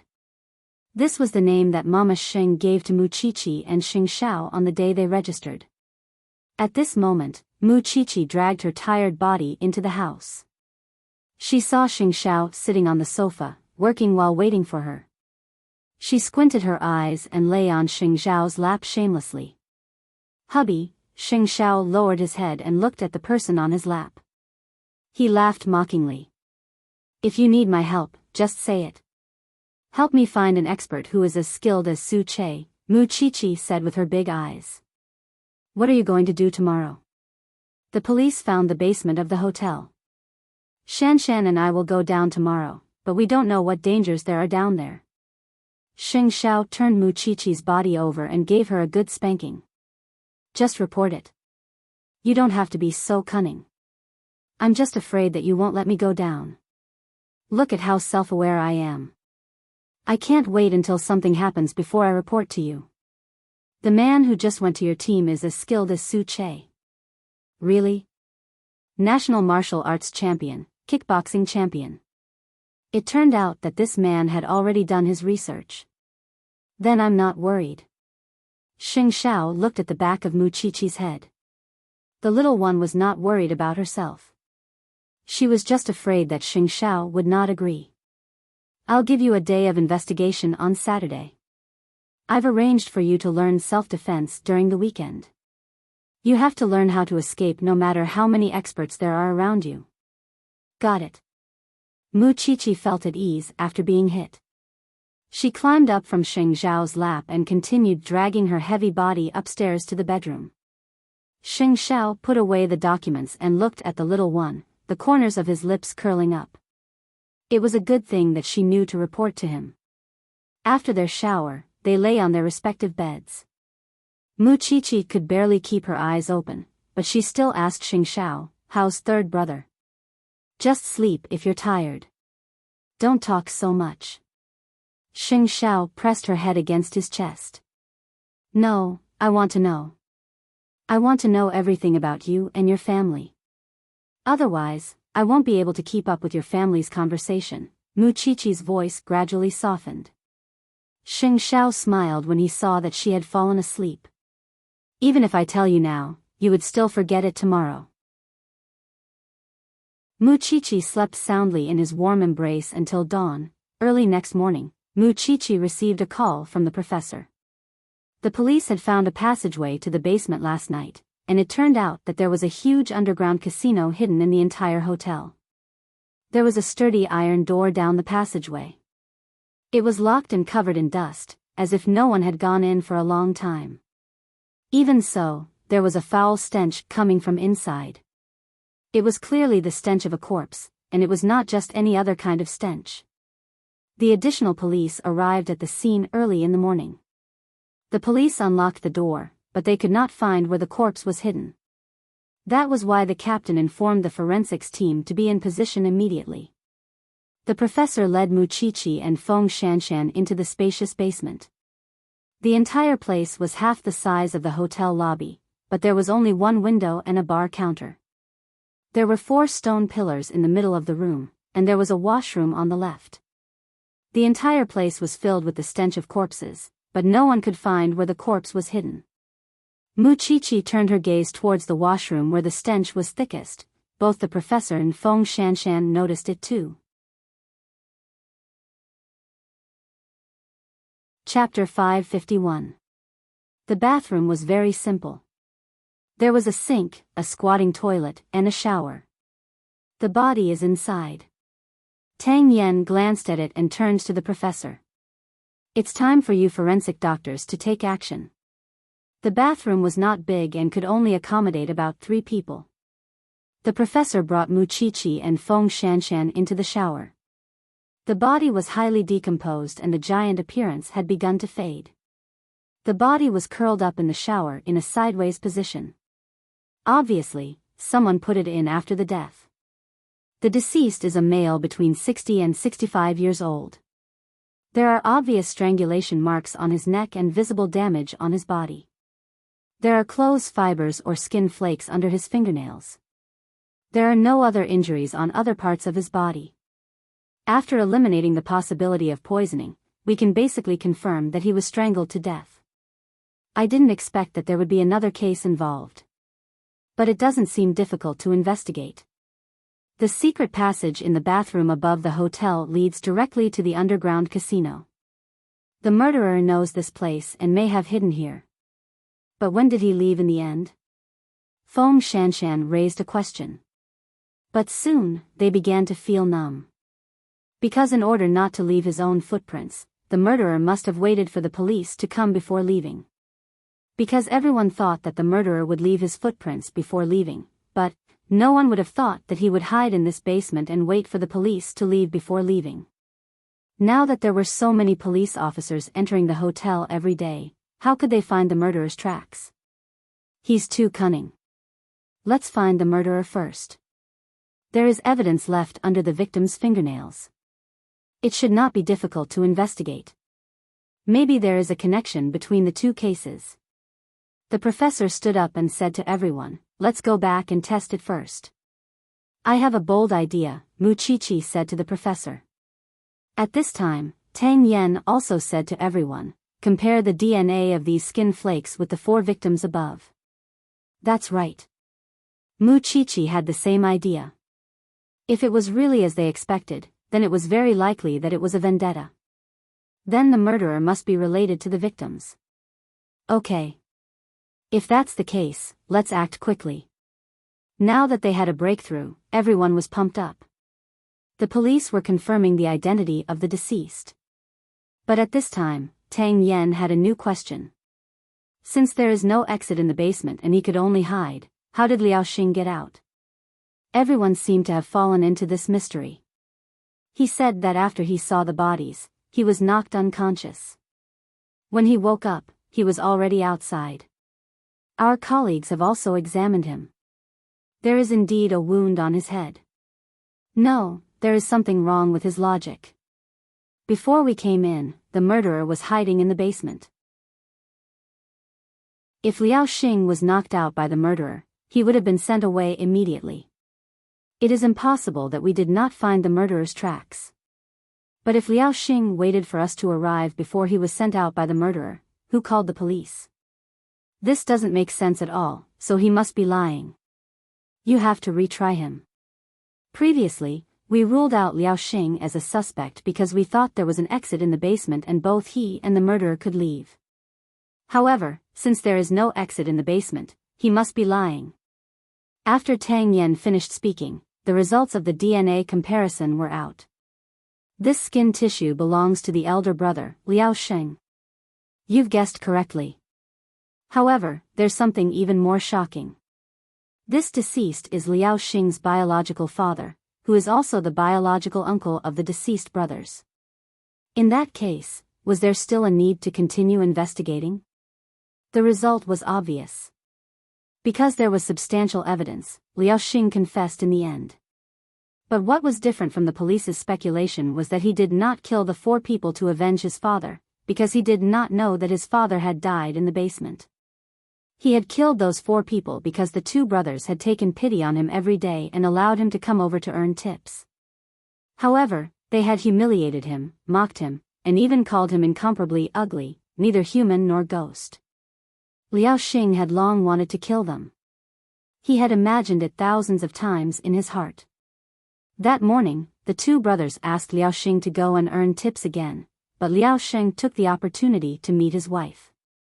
When Liao Xing found out about it, he could not hold it in anymore, so he put the plan on the agenda. In the evening, he carried an axe and killed the 2 men. After that, he hid in the basement and only left after the police left. And the so-called call to the police was made by someone else. He lied that it was him to eliminate his suspicion. Do you know that your father died in the basement?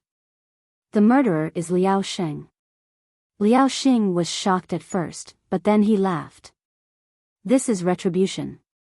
This is what the 2 brothers deserve.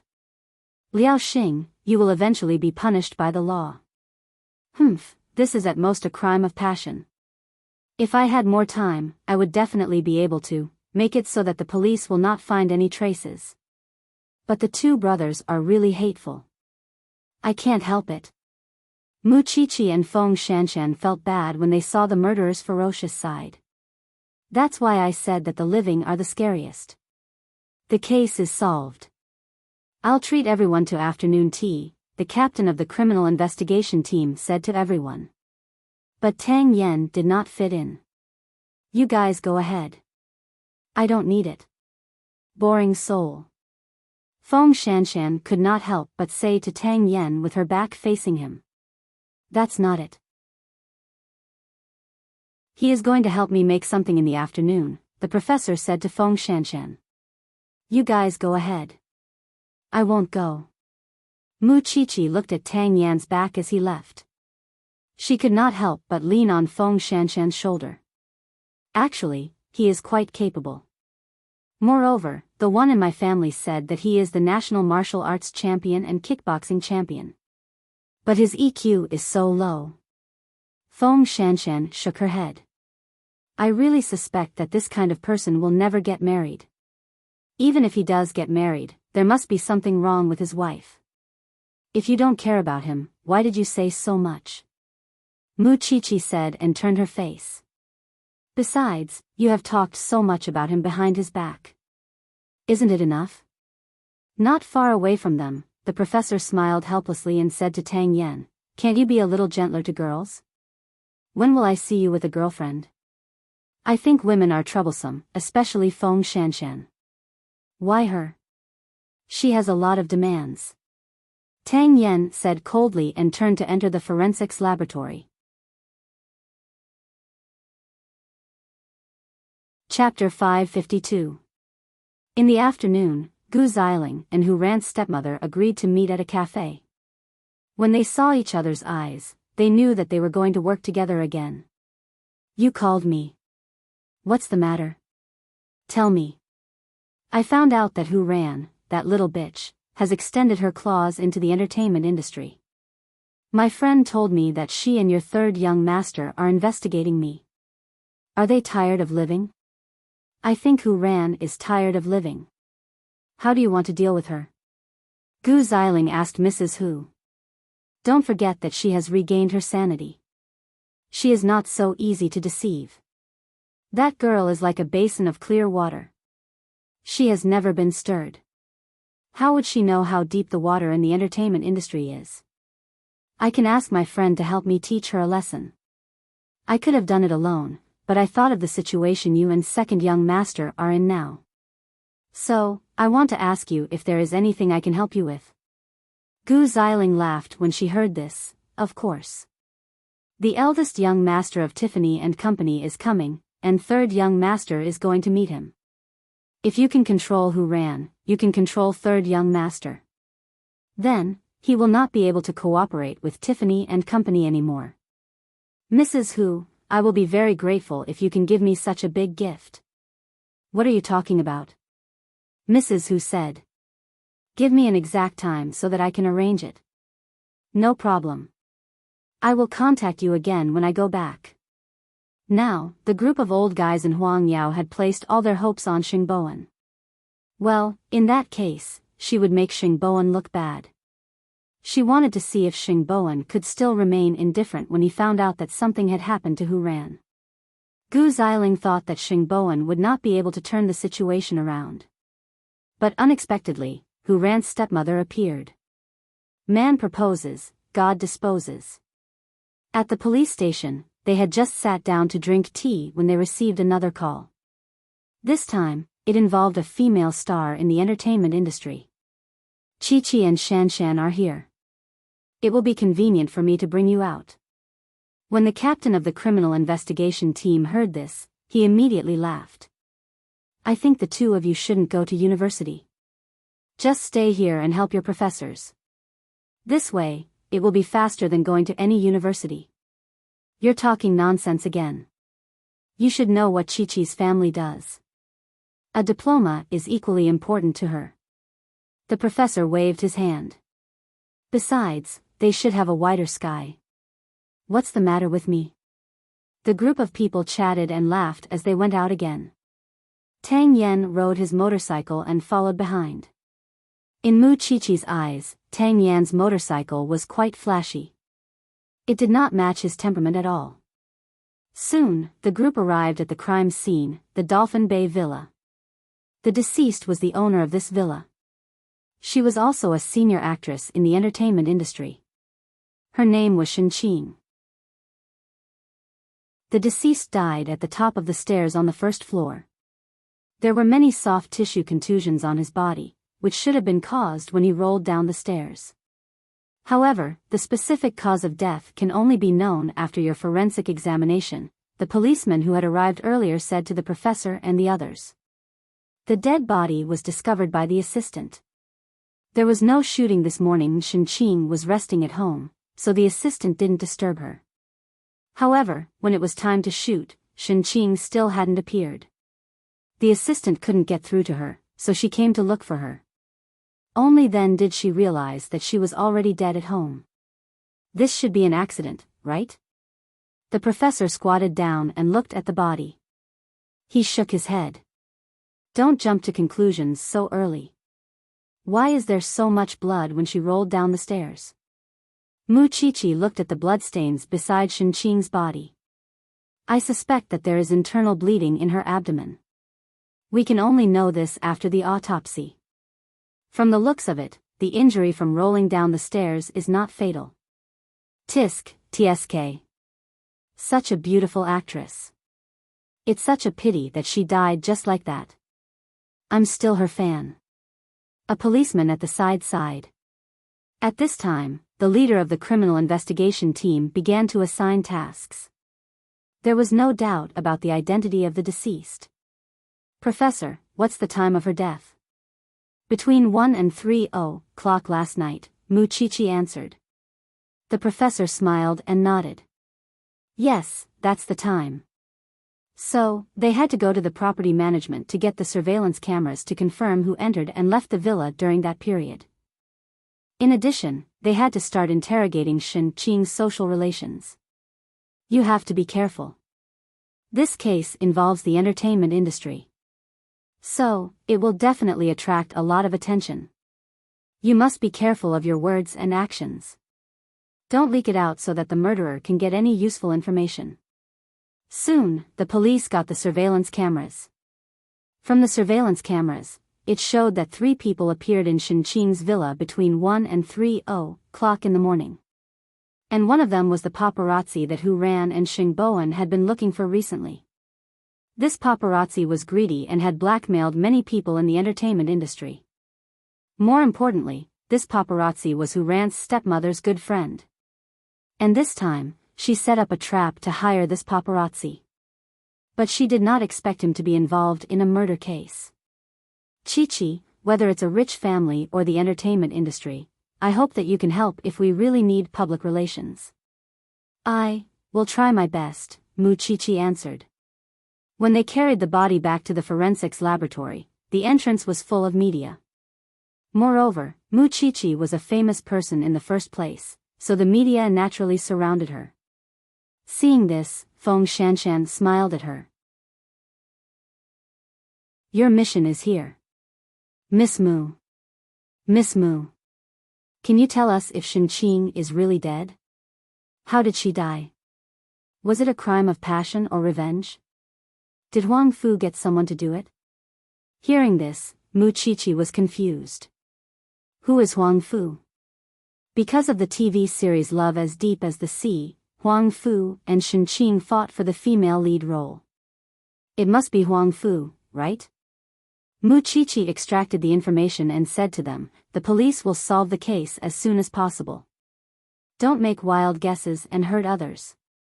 Miss Mu, can you tell us more information? I'm just a forensic doctor. I can't reveal anything related to the case. I'm sorry. Miss Mu. Everyone rushed forward. At this time, Mu Chi-Chi lost her temper and directly said to the media. You want to see Zhongding's lawyer, right? Everyone quickly took a step back. You just want to see the world in chaos. Soon, the secretary showed the part where Mu Chi-Chi appeared on the news to Xing Xiao. Chief Sheng, this is the video of Madam's interview. This thing is more famous than me recently. Xing Xiao slowly smiled. Find a few suitable people and send it to her when she wants it. You must have experience in stopping the media.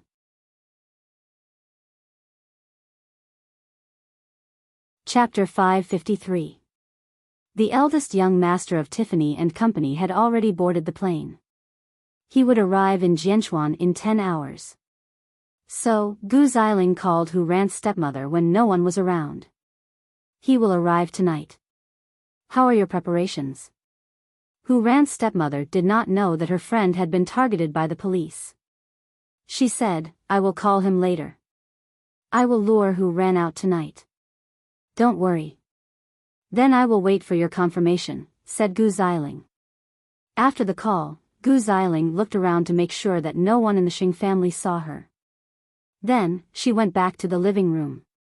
However, Hu Ran, who was in the room, had seen her sneaky behavior clearly. Because the location of the new house was facing the Xing family's lawn. Although Hu Ran did not know what Gu Xiling was planning, she reminded Xing Bowen. I saw second sister-in-law making a phone call in the lawn. You must be careful when you pick up the eldest young master of the Tiffany and Company today. I am afraid that this woman will do something bad again. Don't worry, Xiao Ran. Actually, the eldest young master of the Tiffany and Company has arrived in Jianchuan. He boarded the plane yesterday, said Xingboan. You.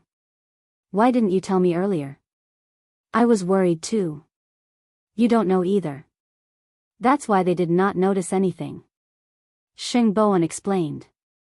Xiao Ran, you won't blame me, right? Why should I blame you? You did a good job. She had thought that Xingboan was a straightforward person who did not know how to beat around the bush. In fact, he knew how to be flexible at times like this. That was fine. Then, no matter what tricks Shen Kai and his wife wanted to play, they would not be able to do anything. As for Hu Ran's stepmother, she immediately called her friend. Xiao Chui, can you spare some time to do something for me? Madam, I am running for my life now. What can I do? The police are looking for me everywhere. Don't call me anymore. After that, the other party hung up. Mrs. Hu frowned and looked at the phone. Suddenly, she understood. Was it because of Xinqing's death? But if Xiao Chui was arrested, wouldn't the fact that she had hired assassins to kill people in the past be dug out? Thinking of this, Mrs. Hu suddenly panicked. No, she had to stop Chui from running away. However, when the police were looking for someone, they would not be as gentle as Hu Ran and Xingboan. To find this cunning paparazzi, they did not need to go through such complicated steps. Since he was a major suspect, the police acted quickly. Even though the paparazzi knew how to disguise himself, they still caught him in the act. Mr. Chui, why are you hiding? Hurry up and come with us.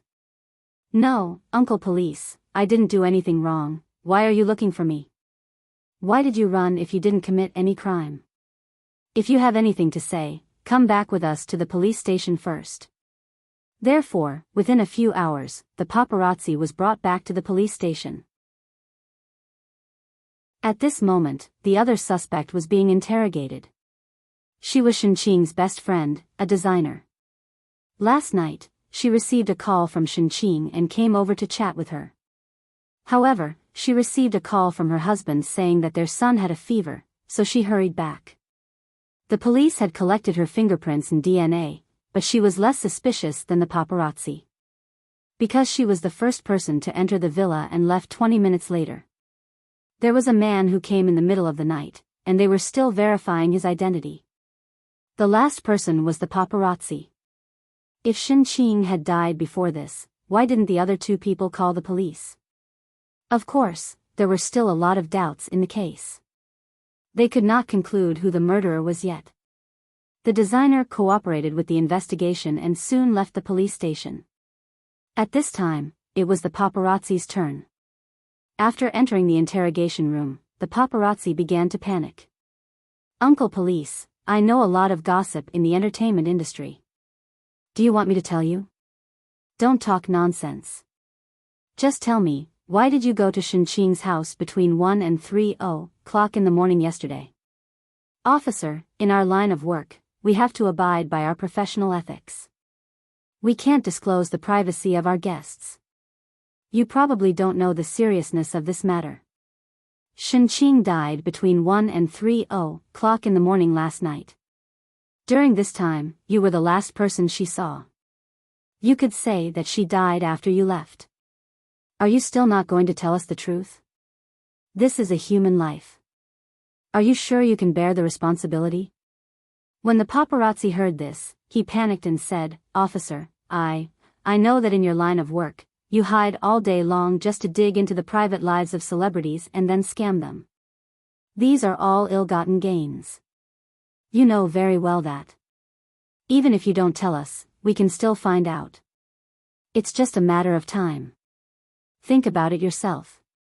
The paparazzi was so scared that he cried.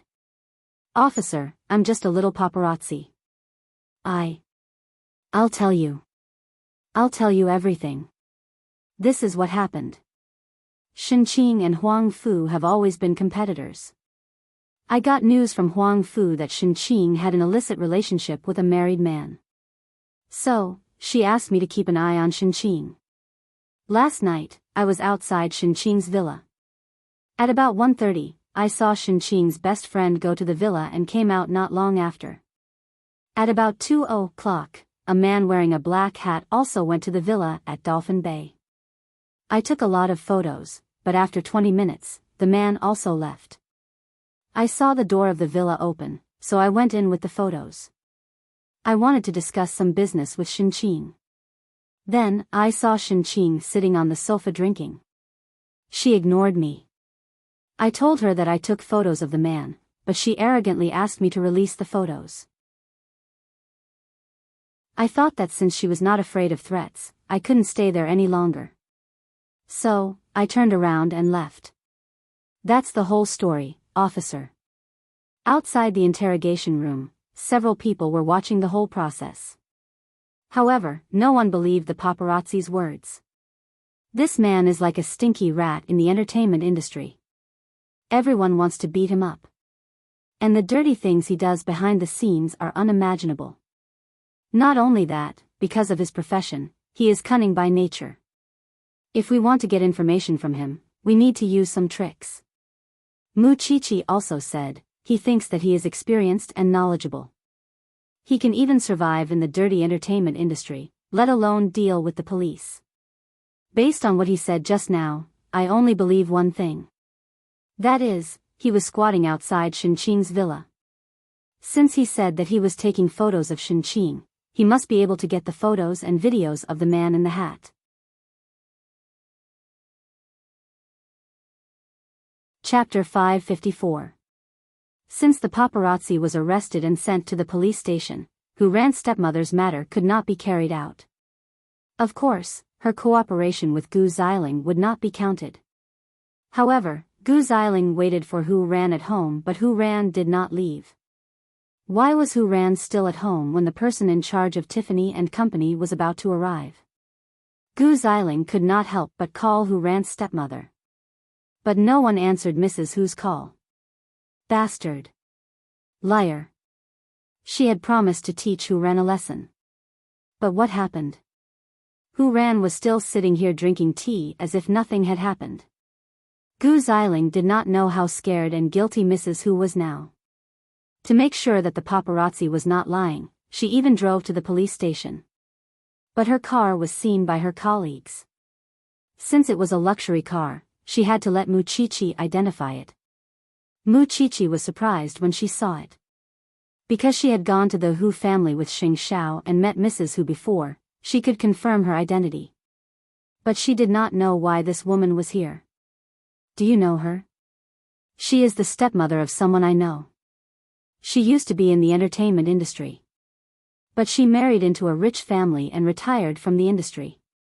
Muchichi explained to the captain. But I don't think it is a coincidence that she is here. She must be here because of the paparazzi. When the captain heard this, he immediately laughed. How many people's secrets are hidden in this scumbag's mouth? How can those people not be scared? Muchichi understood this too. So, she called Xingboan. Third brother, Shaoqi. What's the matter?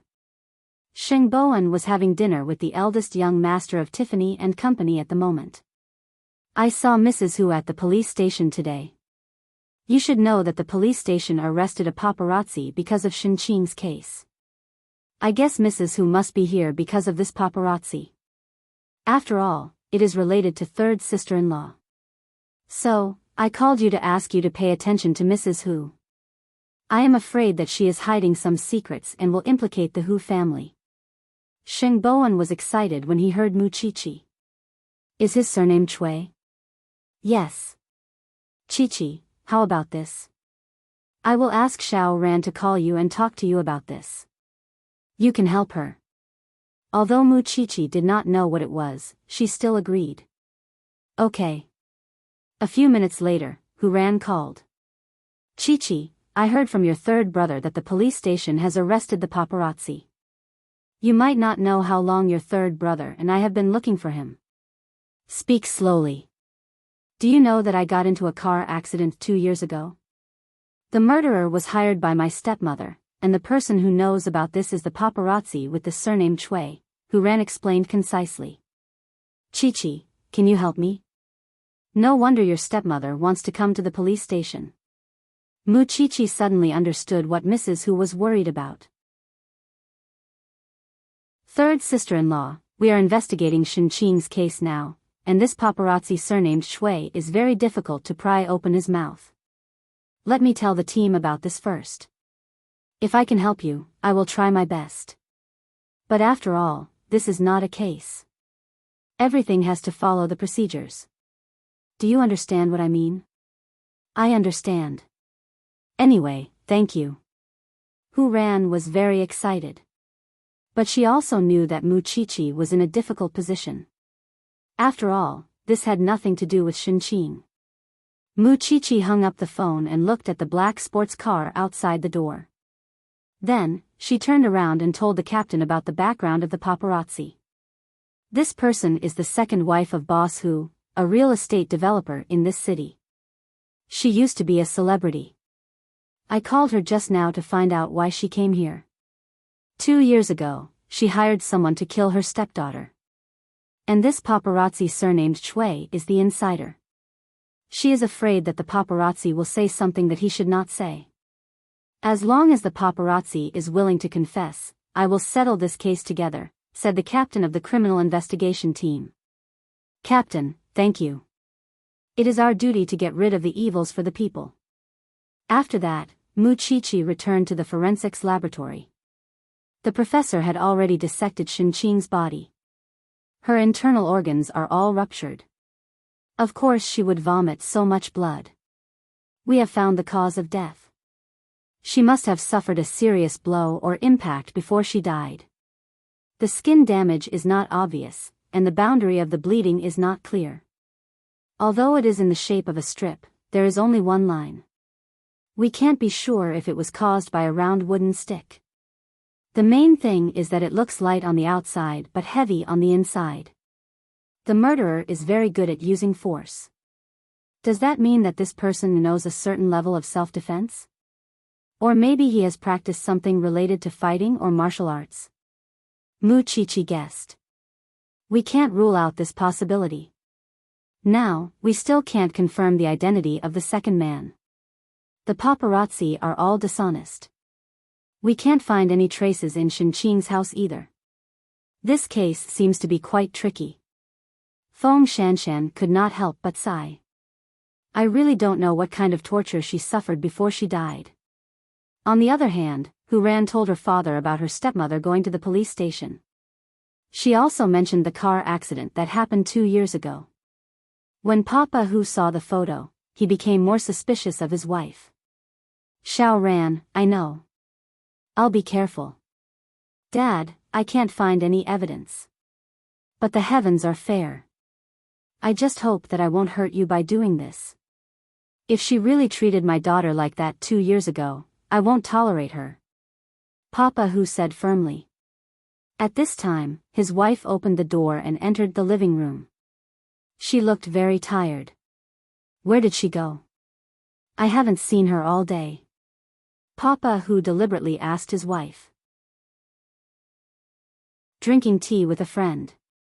Mrs. Hu must not have thought that Muchichi was such a meticulous person. Did she not think that she would be discovered by Muchichi? Papa Hu did not say anything. He only said, rest early. Don't mess around. Old Hu, it's been so long. Why is there no movement in my stomach? That was because Papa Hu went to the hospital for a vasectomy. Although he wanted a son, he could not let this woman give birth. We're not young anymore. It's not that easy to give birth. It's not the right time yet, Papa Hu explained. I just want to give you a son as soon as possible. Papa Hu turned around and shuddered. If he really let this woman get pregnant and give birth to a son, what would happen to the Hu family? He could only wait for Muchichi's results. If she could find evidence, he did not want to tolerate this woman anymore. A woman's heart was the most vicious.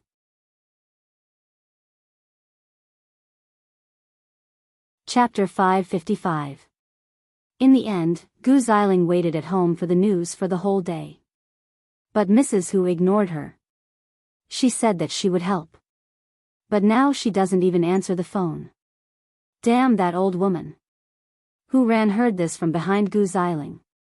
She could not help asking, which old woman? Gu Xiling turned around and saw Hu Ran. She glared at her. Do you have a good upbringing? How could you eavesdrop on others? Since you said that I have no upbringing, I will show you that. Hu Ran snatched the phone from Gu Xiling's hand. She wanted to verify a guess. She looked at Gu Xiling's call history and saw the number that Gu Xiling had dialed the most. Then, she took out her phone and compared it. Hu Ran. So, you are waiting for my stepmother's call? Hu Ran laughed. I was wondering how you knew that I was allergic to honey. So, you are in cahoots with that woman? But, you probably don't know. She can't even protect herself now. The paparazzi has been arrested. They know too many of her secrets. She is at the police station now. How can she have the time to talk to you? As for the tricks in your heart, if you don't say it, and I don't say it, we both know it. But, I can tell you very seriously that you will not succeed. Then, Hu Ran threw the phone back to Gu Xiling. And, I really want to give you a piece of advice. Those who do evil will bring about their own destruction. Gu Xiling was stunned when she heard Hu Ran's words. No wonder she could not contact that woman until now. It turned out that she could not even protect herself now. In that case, there was no hope that she could help. It seemed that she had to think of a way herself. But she did not know that the eldest young master of the Tiffany family had already discussed this matter with Xingboan. Of course, he would choose to take over Tiffany and Company. After all, it was his family business. Although he had a disappointing younger brother, he could not lose his roots. As for the cooperation with Huang Yao, he agreed to continue and use his own money to fill the gap. But, he did not accept the withdrawal of his investment. He also had a condition. Xingboan must be the CEO of Huang Yao. However, Xingboan had not told anyone about it yet. When Xingboan returned home at night, Grandpa Sheng was surprised that he could come home on time for dinner. He asked him, "Aren't you going to welcome the person in charge of Tiffany and Company?" "Grandpa, he has already left.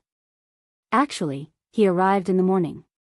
After we talked, we had lunch together. I sent him off just now. I'll send the letter of intent to you later." Xingboan replied to Grandpa Sheng.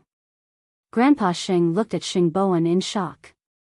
He could guess what he was worried about, so he nodded. "Good. You did a good job. I'm just taking precautions." After all, Gu Xiling had colluded with the Hu family to make trouble, but unfortunately, Mrs. Hu was busy with her own affairs. Charney has some conditions. After you read them, discuss them with the board of directors. If they agree, we'll do it this way. No matter what the conditions are, as long as we can continue working together, I can accept them. As long as Huang Yao did not suffer any losses. Sheng Kai's position was still empty. He had locked himself in the study for the past 2 days and refused to see anyone because he couldn't accept that Xingboan was going to replace him. "Grandpa, I want to meet with 8th brother tonight." In the past, when he wanted to meet with 8th brother, Grandpa Sheng would be on guard. But now, Xingboan took the initiative to bring it up. He wanted to let Grandpa Sheng untie the knot in his heart. "Go. It's not about Huang Yao. It's about Xiao Ran. I'll tell you personally when there's a result." Grandpa Sheng nodded and patted Xingboan's shoulder. "I didn't expect you to be so calm and steady." "Not bad." Seeing that Grandpa Sheng had changed, Hu Ran finally felt that he was easier to get along with. But now that there were 2 malignant tumors in the family, she began to worry about Grandpa Sheng's safety. After all, Gu Xiling was someone who could even collude with her stepmother.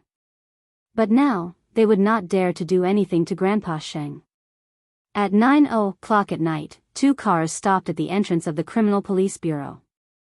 When the police officers saw them, they said to Mu Chichi, "Xiao Qi, your family is here." Mu Chichi looked out of the door and smiled. "Thank you, Senior."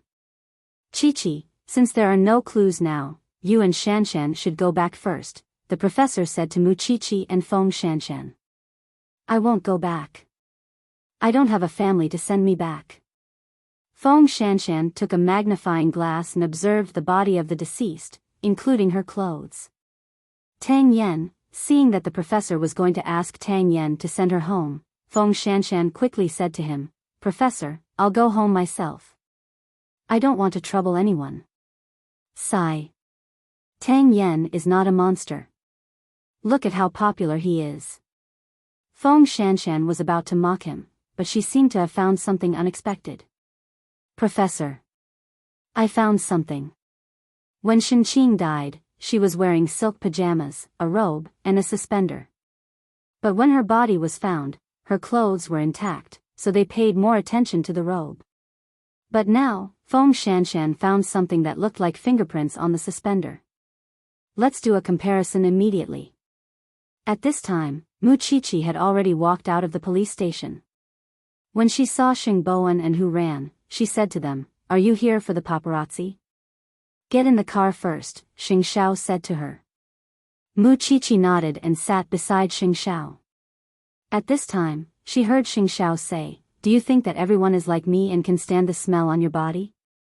Muchichi sniffed herself and said, The body hasn't started to stink. I should smell good. Go back and change your clothes first. I know, my dear husband, Muchichi said quickly. Muchichi quickly said. I didn't expect second sister-in-law to be involved in this incident.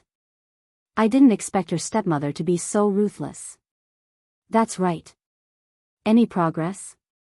Muchichi hugged Xing Zhao's neck and leaned into his arms. No. You know the paparazzi's character. He is cunning and knows how to adapt to the situation. He is good at lying. Xing Xiao hugged her tightly and seriously. You're on TV again today. You even brought up Zhongteng. Are you unhappy? No. I like it when you bully others, Xing Xiao replied. When I picked you up just now, I found that there were a lot of reporters around. I have asked Su Che to find some people to deal with the media. If you need them, just bring them over. Chapter 556. Muchichi went home, took a shower and changed her clothes. Then, she regained her energy and went out again. But in the meantime, she received a call from Feng Shanshan. She confirmed that the paparazzi's fingerprints were on Shinqing's pajamas. And it was on the back. That meant it was very likely that the paparazzi pushed Shinqing down the stairs. With such a clue, the police wanted to interrogate the paparazzi again. When they reached the hotel, Muchichi apologized to Xingboan and third brother. I'm sorry. It took me some time to take a shower and change my clothes. I'm afraid it will affect your appetite. It's okay, said Xingboan. If eighth brother can get used to it, so can we. Xing Xiao sat next to Muchichi. His right arm was naturally placed on the back of Muchichi's chair. It was a protective posture. Everyone in Jianchuan knows that Xiao Qi is your wife. Do you still want to do this? Xingboan complained. Didn't you call me in the middle of the night and ask me some questions? Have you solved it? Xing Xiao did not want to be outdone. Third brother coughed violently. His face turned red from ear to ear. What is it? Muchichi quickly asked. It's nothing. It's just a private conversation between men. Xingboan quickly interrupted and changed the topic. Aren't you going to talk about the paparazzi? Let's get to the point. Because there was no evidence before, the paparazzi could say whatever he wanted. He was fearless, and he wouldn't say anything else. However, my friend just called me and told me that there was progress in this case. As for what the progress is, I can't tell you. However, I told the captain about third sister-in-law's matter. The captain said that if he could get the paparazzi to talk, he would investigate this case as well. Are you confident? Xingboan seemed to be more nervous than Hu Ran. Muchichi shook her head. There is no evidence after all. It's okay, Xiao Qi. My father is very suspicious of that woman now. This can guarantee that what I'm worried about will not happen. She was afraid that the woman would have her father's child. She would not be able to separate from her father. Don't worry. Trust the police. Xing Bowen laughed when he heard Mu Qiqi's words. He looked at her from head to toe. Your tone is more and more like those policemen on TV. I'm telling the truth. Mu Qiqi glared at him. Professional things should be left to the professionals. Speaking of which, how are things going in Huangyao? That's right. I have already discussed with the people from Tiffany and Company and this matter can be resolved smoothly. However, they have a condition. I must be the CEO of Huangyao. Isn't that perfect? Mu Qiqi turned to look at Xing Xiao. But I'm guessing second brother won't let it go so easily. He doesn't know about this yet, does he? If he knew, he would flip the heavens. But we'll know tomorrow. So, you've completely dragged Xingkai down? Based on second brother's temper, he will definitely stab them in the back. Don't forget, there's still Gu Xiling by his side. That woman isn't just your average kind of evil. Previously, Xiaoran almost lost her life because of honey. She was the one who colluded with her stepmother. You actually let her walk in front of you. Mu Qiqi rolled her eyes. I thought the bankruptcy of the Gus would be her end. She still wants to continue stirring up trouble. Xiao Qi, no matter what, I have to thank you for what you did this time. Otherwise, third brother and I would have to put in a lot of effort and be schemed against. Hu Ran said and toasted Mu Qiqi. I hope this matter will end well.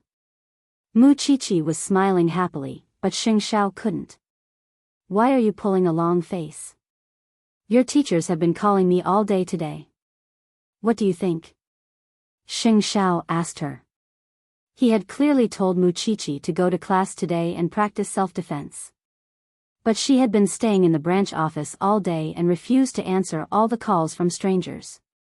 All my efforts are wasted. I swear, I really forgot, Mu Qiqi quickly explained. I will remember next time. Do you still have credibility with me? Mu Qiqi immediately stopped talking. She looked at Xing Bowen and Hu Ran helplessly. Xing Bowen smiled. I can't save you. I can't beat eighth brother's IQ. Why are you still smiling? Xing Zhao's gaze swept across the two of them. Have you done your business?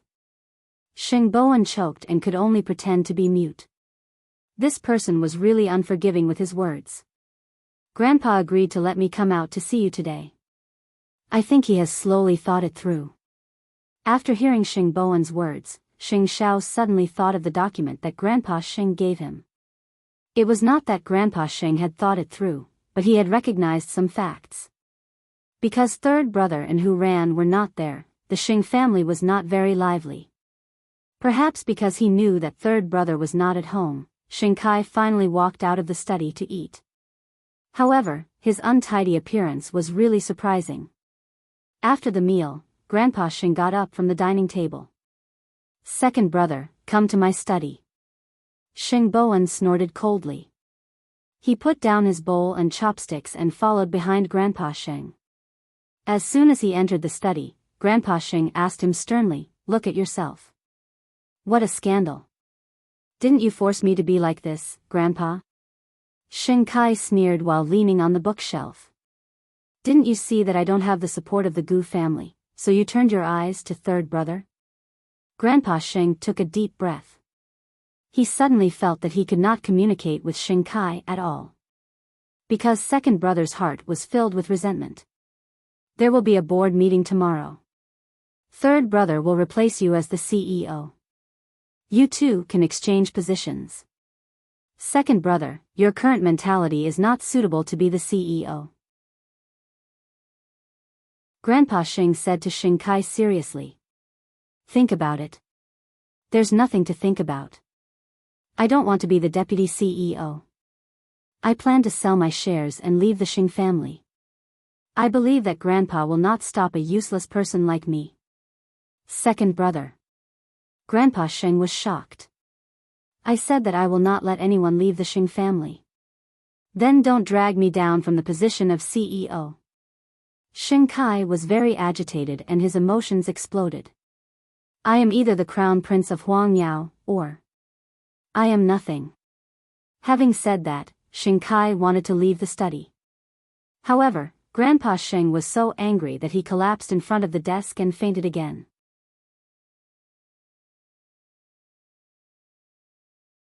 Chapter 557. Late at night, third brother and Hu Ran came back from outside. You go back to your room first. I have something to tell Grandpa. Hu Ran nodded and let go of Xing Bowen's hand.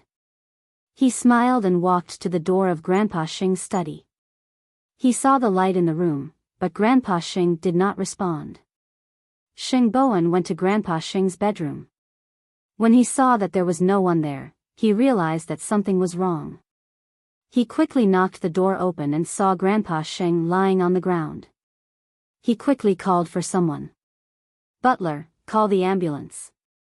The Sheng family was alarmed again. They rushed to the hospital in the middle of the night. Third brother, when did Grandpa faint? Sixth brother could not help asking. Is he in danger? I don't know. I've just returned. Third brother answered, but he kept his scrutinizing gaze on Sheng Kai. Because he heard from the butler that the only person Grandpa Sheng saw after dinner was Sheng Kai.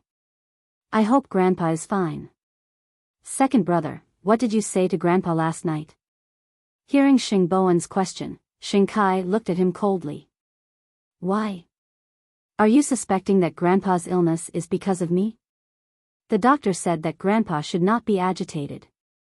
You are the CEO of Huang Yao now. Can you be so arrogant? The last person Grandpa saw was indeed me. But how would I know when and how he fainted? Sheng Kai asked in return. Can you brothers stop blaming each other at a time like this? Hu Ran could not help but ask. Third brother started it, didn't he? Besides, didn't you hate Grandpa before? Now that you know Grandpa is your help, you have changed your attitude? If your family members continue to quarrel, please leave the hospital. The patient is in a severe coma now. We don't know when he will wake up. The doctor from the emergency department came out and said to the Sheng family, what's the point of finding fault now? He is already like this. The two brothers stopped talking. The rest of the Sheng family also lowered their heads. We did not send him to the hospital in time this time. Be prepared. We don't know if he will wake up. Thank you, doctor. We were wrong. Sheng Bowen quickly corrected his attitude. I hope you can help and save our Grandpa. That's more like it. The doctor rolled his eyes and left. At this time, Sheng Bowen took out his phone and wanted to inform Sheng Xiao. Although he did not know if eighth brother and Grandpa Sheng had reconciled. What are you doing? Inform fourth sister and eighth brother. After hearing Sheng Bowen's words, Sheng Kai snatched his phone and smashed it. You know that eighth brother is a thorn in Grandpa's heart. Do you want Grandpa to die? Grandpa will want to see eighth brother. Big brother isn't here, and I'm the boss. I won't allow it. Seeing the two of them quarreling again, the doctor finally chased them out, but the two of them were still quarreling in the hospital garden. You're afraid that when eighth brother comes back, you won't have any hope, right? Having said that, Sheng Bowen turned around and left. But that was when Hu Ran sent a message to Mu Chichi. Mu Chichi saw that Grandpa Sheng was in trouble. She did not want to hide it from Sheng Xiao, so she passed the phone to him. Grandpa Sheng is in a coma again. I heard that it will be very difficult for him to wake up this time. Do you want to go and see him? Sheng Xiao took the phone and put down the document. Although he did not say whether he would go or not, he contacted Su Che and asked him to find the best experts and authorities overnight. If something really happens to Grandpa Sheng, the Sheng family will really be in a state of disunity. Sheng Xiao did not say anything. He just patted Mu Chichi's shoulder. Go to sleep. At the police station. The police were still interrogating the paparazzi. You still don't want to confess. Did you kill Enchanting? No, officer. I've said it many times. I really didn't kill Enchanting. I wanted to threaten her and get some money, but she didn't agree to it. So, I didn't force her and left the Dolphin Bay villa early. So, you and Enchanting did not even have any physical contact? The police continued to set him up. No, I already said I did not. Then why are your fingerprints on Enchanting's body? The police took the evidence and showed it to the paparazzi. Do you know that all the evidence points to you? You are still wasting time here. Chui, let me be honest with you. Every second you waste here is extremely disadvantageous to you. Think about it yourself. The paparazzi was stunned when he saw that. His emotions changed a little.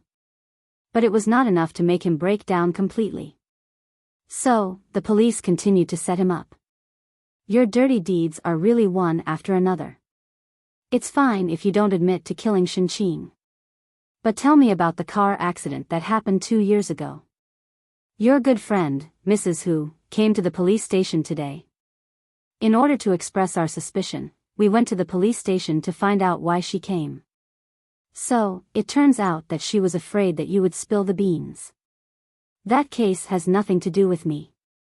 The paparazzi quickly waved his hand. Since the police have found out about it, they will definitely get to the bottom of it sooner or later. If you are willing to cooperate, this is also a chance for you to redeem yourself. If I tell you about it, will it reduce my crime? What do you think?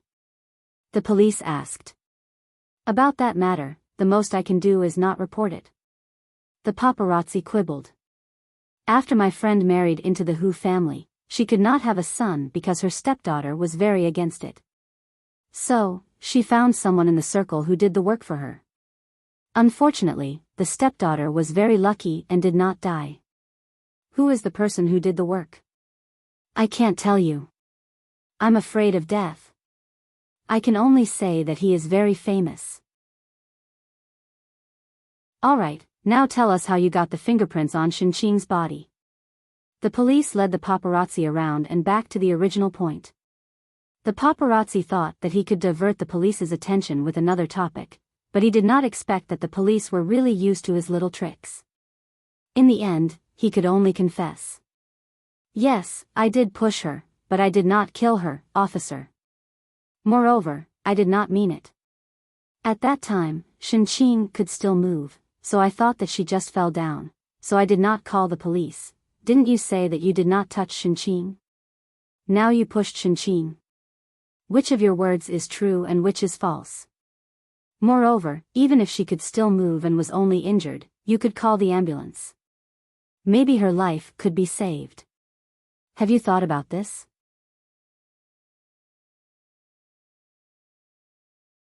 Chapter 558. Officer, it's not that serious. I really didn't want to kill her. It was just a mistake. The interrogating officer took the opportunity to pressure the paparazzi. Tell me everything you know. Feng Shanshan stayed in the autopsy room until late. She wanted to know how much the paparazzi could spit out.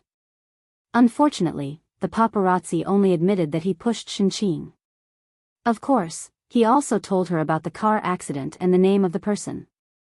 As for the man who appeared in Enchanting's house that night, the paparazzi only took a picture of him wearing a hat and lowering his head. He could not identify him at all. It's 1 a.m. We can't get a car anywhere now. Shall I ask Tang Yen to send you? The professor suggested.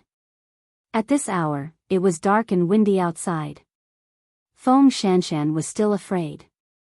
So, when Tang Yen entered the forensics lab, Feng Shanshan could only say politely, "Thank you, Officer Tang. I'm still riding a motorcycle today. If you are not used to it, I'm used to it." Feng Shanshan flattered him. Tang Yen did not say anything.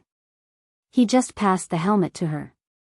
I really thought that you never ask for help. Feng Shanshan lowered her head and secretly rolled her eyes. If I had any other choice, I definitely wouldn't ask for help from you. Let's go. Feng Shanshan did not expect Tang Yen to lift her up with one hand and put her on the back seat. Then, he stepped over the body of the car. This man was really strong. With him in front of her, it was like there was an indestructible wall. Feng Shanshan felt comfortable blocking the wind. Soon, Tang Yen sent her downstairs. Feng Shanshan thanked him and quickly went upstairs. She did not expect her roommate to bring her boyfriend back. They were having a good time in the living room. So, she quietly left. But she was afraid of the stairwell, so she quickly rushed downstairs and stopped Tang Yen's car. "Officer Tang, please take me in." Tang Yen glanced at her and then looked at the apartment. "What's wrong?" "My roommate and boyfriend are inside." Tang Yen glanced at her and then quietly approached her. "You are a single woman. Are you inviting me to my house? I trust and respect you as a police officer, okay? Or, you can lend me money and I can stay in a hotel." Feng Shanshan was angry. "Get in the car." Tang Yen did not say much. "Don't let my uncle know tomorrow." "Who wants others to know?" Feng Shanshan blushed. Why did she trust Tang Yen? Firstly, it was really because she believed that he was a police officer. Secondly, this man should not be interested in relationships because he was a complete workaholic. As for the third reason, after so many fieldwork, whether it was a hotel or a bar, she would be worried about her safety. The car was fast, but it was also long enough. When Tang Yen drove Feng Shanshan to his house, she almost fell asleep. Somehow, she followed Tang Yen into his apartment, and the furnishings in his apartment were really in line with a single man's taste. It was totally an American industrial style. "Look at that big sandbag hanging in the hall, TSK, I'll sleep in the study. This is your activity area, but don't touch my things. The bedroom is upstairs. Help yourself." After that, Tang Yen entered his study. Feng Shanshan could not help but take a deep breath. In order not to bring trouble to others and herself, she simply washed up and lay down on the sofa next to the bed on the second floor. She knew that her body did not smell as good as it seemed. Because she was very tired, Feng Shanshan fell asleep very quickly. Tang Yen, who was in the study, was a little curious. Why was Feng Shanshan not moving? So, when he went out, he saw that Feng Shanshan had curled up on the sofa and fallen asleep. He did not disturb her. "You have a bed, but you don't want to sleep. Do you dislike it?" It was precisely because of such an opportunity that Tang Yen could finally take a good look at Feng Shanshan when she was quiet. Her looks were top-notch, but her personality was not pleasing. Her mouth was also poisonous, and there was a sense of wickedness in her bones. Tang Yen felt that such a woman was not his type at all. So, he looked at her for a while. Then, out of politeness, he looked away and went back to his study. Grandpa Xing fell sick again. But, the matter between Huang Yao and Tiffany and Company had to be resolved. Xing Bowen returned to Huang Yao the next morning and attended the board meeting as scheduled. He took out Charney's contract. "I met Charney yesterday and sent him off at night. We talked about the cooperation between Huang Yao and Tiffany and Company and he agreed to restart it. But, there are some conditions. You can take a look at it. One of the conditions is that he is willing to use money to fill the gap. It does not mean that we can withdraw our investment. Secondly, he hopes that our cooperation will be based on me being the CEO of Huang Yao. You can discuss this." When the shareholders saw the contract, they saw hope. Moreover, Grandpa Xing had already decided to make Xing Bowen the CEO and Xing Kai the vice president. Now, it was reasonable for Tiffany and Company to make such a request. "I have no objection. I believe that third young master will not let us down. But, my grandfather is sick now. I will temporarily take over the role of the CEO. As for the rest, we can talk about it after he wakes up," said Xing Bowen. "What do you think?" Everyone, take a stand. We all agree. Xing Bowen went to Huang Yao to deal with some matters. Naturally, Xing Kai stayed in the ward. Before this, it was Xing Kai who guarded against third brother and his wife. Now, it was time for the tables to be turned. Seeing this, Gu Xiling pushed Hu Ran aside. Don't tell me that you are not worried that Grandpa's will fall into our hands. You and third brother pretended to be dignified before.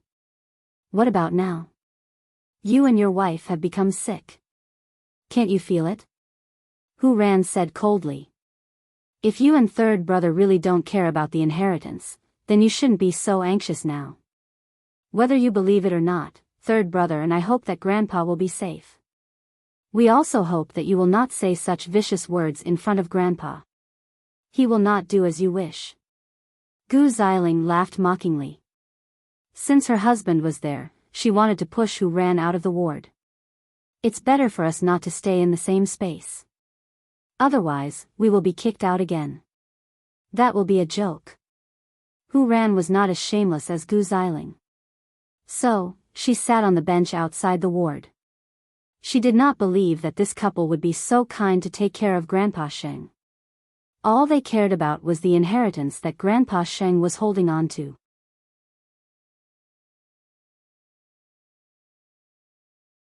Chapter 559. After a while, more people came to the ward. This time, the Shengs did not know the people who came. But they came with the doctor to transfer Grandpa Sheng to another hospital. When Xing Kai heard that, he immediately stood up and asked, "Who are you?" "We are experts invited by Mr. Xing Shao. We want to do a further examination for Grandpa Sheng and formulate a treatment plan," answered the person. Xing Shao. Xing Kai sneered when he heard the name. You used to anger Grandpa half to death. Now you are putting on an act. At this time, Xing Bowen came back from Huang Yao and entered the ward. What's going on? The people eighth brother found may sound nice, saying that they are here to treat Grandpa, but we all know how serious eighth brother is. Isn't it obvious what he wants to do? Xing Kai stopped the group of people. We won't turn around. Eighth brother won't harm Grandpa, of course you believe him. But I don't. I've seen through the tricks you and eighth brother are playing. You want to control Grandpa and the whole of Huang Yao, right? No way. Xing Kai refused to budge. Second young master, if you resist like this, you might delay the chairman's treatment. Don't scare me with this, said Xing Kai firmly. Xing Kai said firmly. I don't want those ambitious people to touch Grandpa unless he comes to talk to me personally. Xing Bowen rolled his eyes when he saw this. Just when he was about to speak, the door of the ward was pushed open again. The person who came said in a calm and powerful tone, "What do you want to talk about?" Eighth brother. Xing Bowen immediately looked at Xing Shao. When the doctors and nurses saw Xing Shao, they knew that the person in charge had come. Because Xing Zhao's aura was so strong that they could not ignore it. Since you're really here, let's have a talk. With that, Xing Kai stood up. Everyone else, get out. Why don't you go out and talk? Xing Bowen asked. Before that, I won't let you touch Grandpa. Xing Bowen was speechless. No one needs to go out, said Xing Shao bluntly. If you have anything to say it here. I don't want to waste more time on you. Waste? Xing Kai could not help but laugh sadly. Eighth brother, you used to trust me. Otherwise, you wouldn't have handed Huang Yao to me. But why do you have to go against me in every way? You don't know the reason? Xing Shao walked into the ward and sat down on the sofa. You're wrong. I didn't hand Huang Yao over to you. It's second brother who was killed by you. The second brother in the past wouldn't use all means to humiliate and guard against his brother just because he was in power. But you would. You're afraid that someone will seize your power and take everything away from you. That's why you've become extremely selfish. How dare you talk about my trust? Once upon a time, you asked me if I regretted leaving behind Huang Yao in the future. Right now, I can tell you very seriously that I don't regret it at all, because your misfortune wasn't caused by me. You enjoy the glory of being the crown prince while blaming me for giving you so many problems. But if I don't leave, the position of crown prince will never belong to you. You. Do you? You Don. You. Huang. You. I know you are eloquent. I can't win against you. Xing Kai wanted to talk at first. Now that Xing Xiao was willing to talk to him, he wanted to escape. You are such a failure. Xing Xiao said. You are not even as good as the receptionist of Zhongteng. To put it bluntly, I look down on you. You are not even qualified to be my opponent. Third brother always gives in to you. I don't have the energy to do that. Do you really think that you can stop me? Xing Xiao looked at Xing Kai coldly. His tone was much sharper. He did not give Xing Kai any face at all. You. And her. Xing Xiao pointed at Gu Xiling.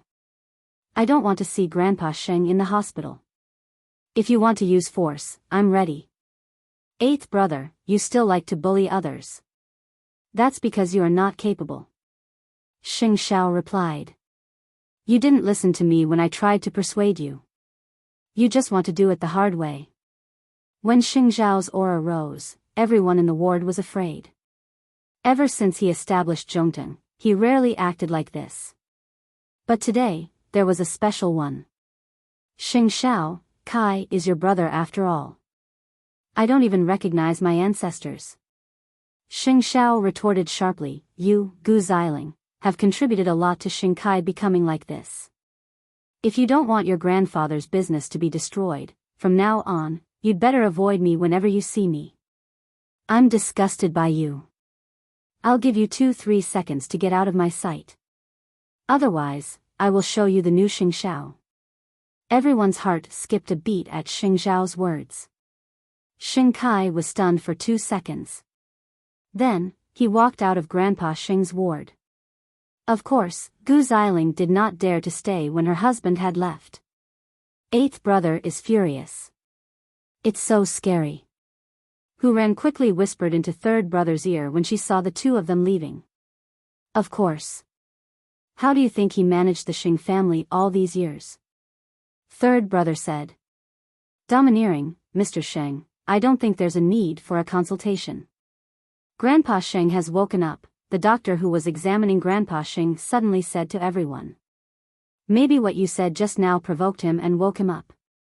Sheng Bowen looked forward and saw Grandpa Sheng opening his eyes. Grandpa, how do you feel? Grandpa Sheng had been unconscious for a night, so he had difficulty speaking. I'm fine. He had indeed woken up when he heard Xing Xiao's voice. But he did not expect that Xing Xiao had already taught second brother a lesson. Since he's awake, let the doctor do another check. I have something to do, so I'm going back to Zhongteng. Xing Xiao did not want Grandpa Xing to know that he had been here. Eighth brother, you should care about Grandpa. Xing Xiao said nothing and let Su Che open the door. Soon, he disappeared from the corridor of the hospital. Meanwhile, Xing Kai and his wife were in the garden of the hospital. Xiling, do you know? I'm really tired. I want to leave the Xing family completely. I want to start my own business. I don't want to be ordered around by Xing Xiao like a dog anymore. How could Gu Xiling not be angry?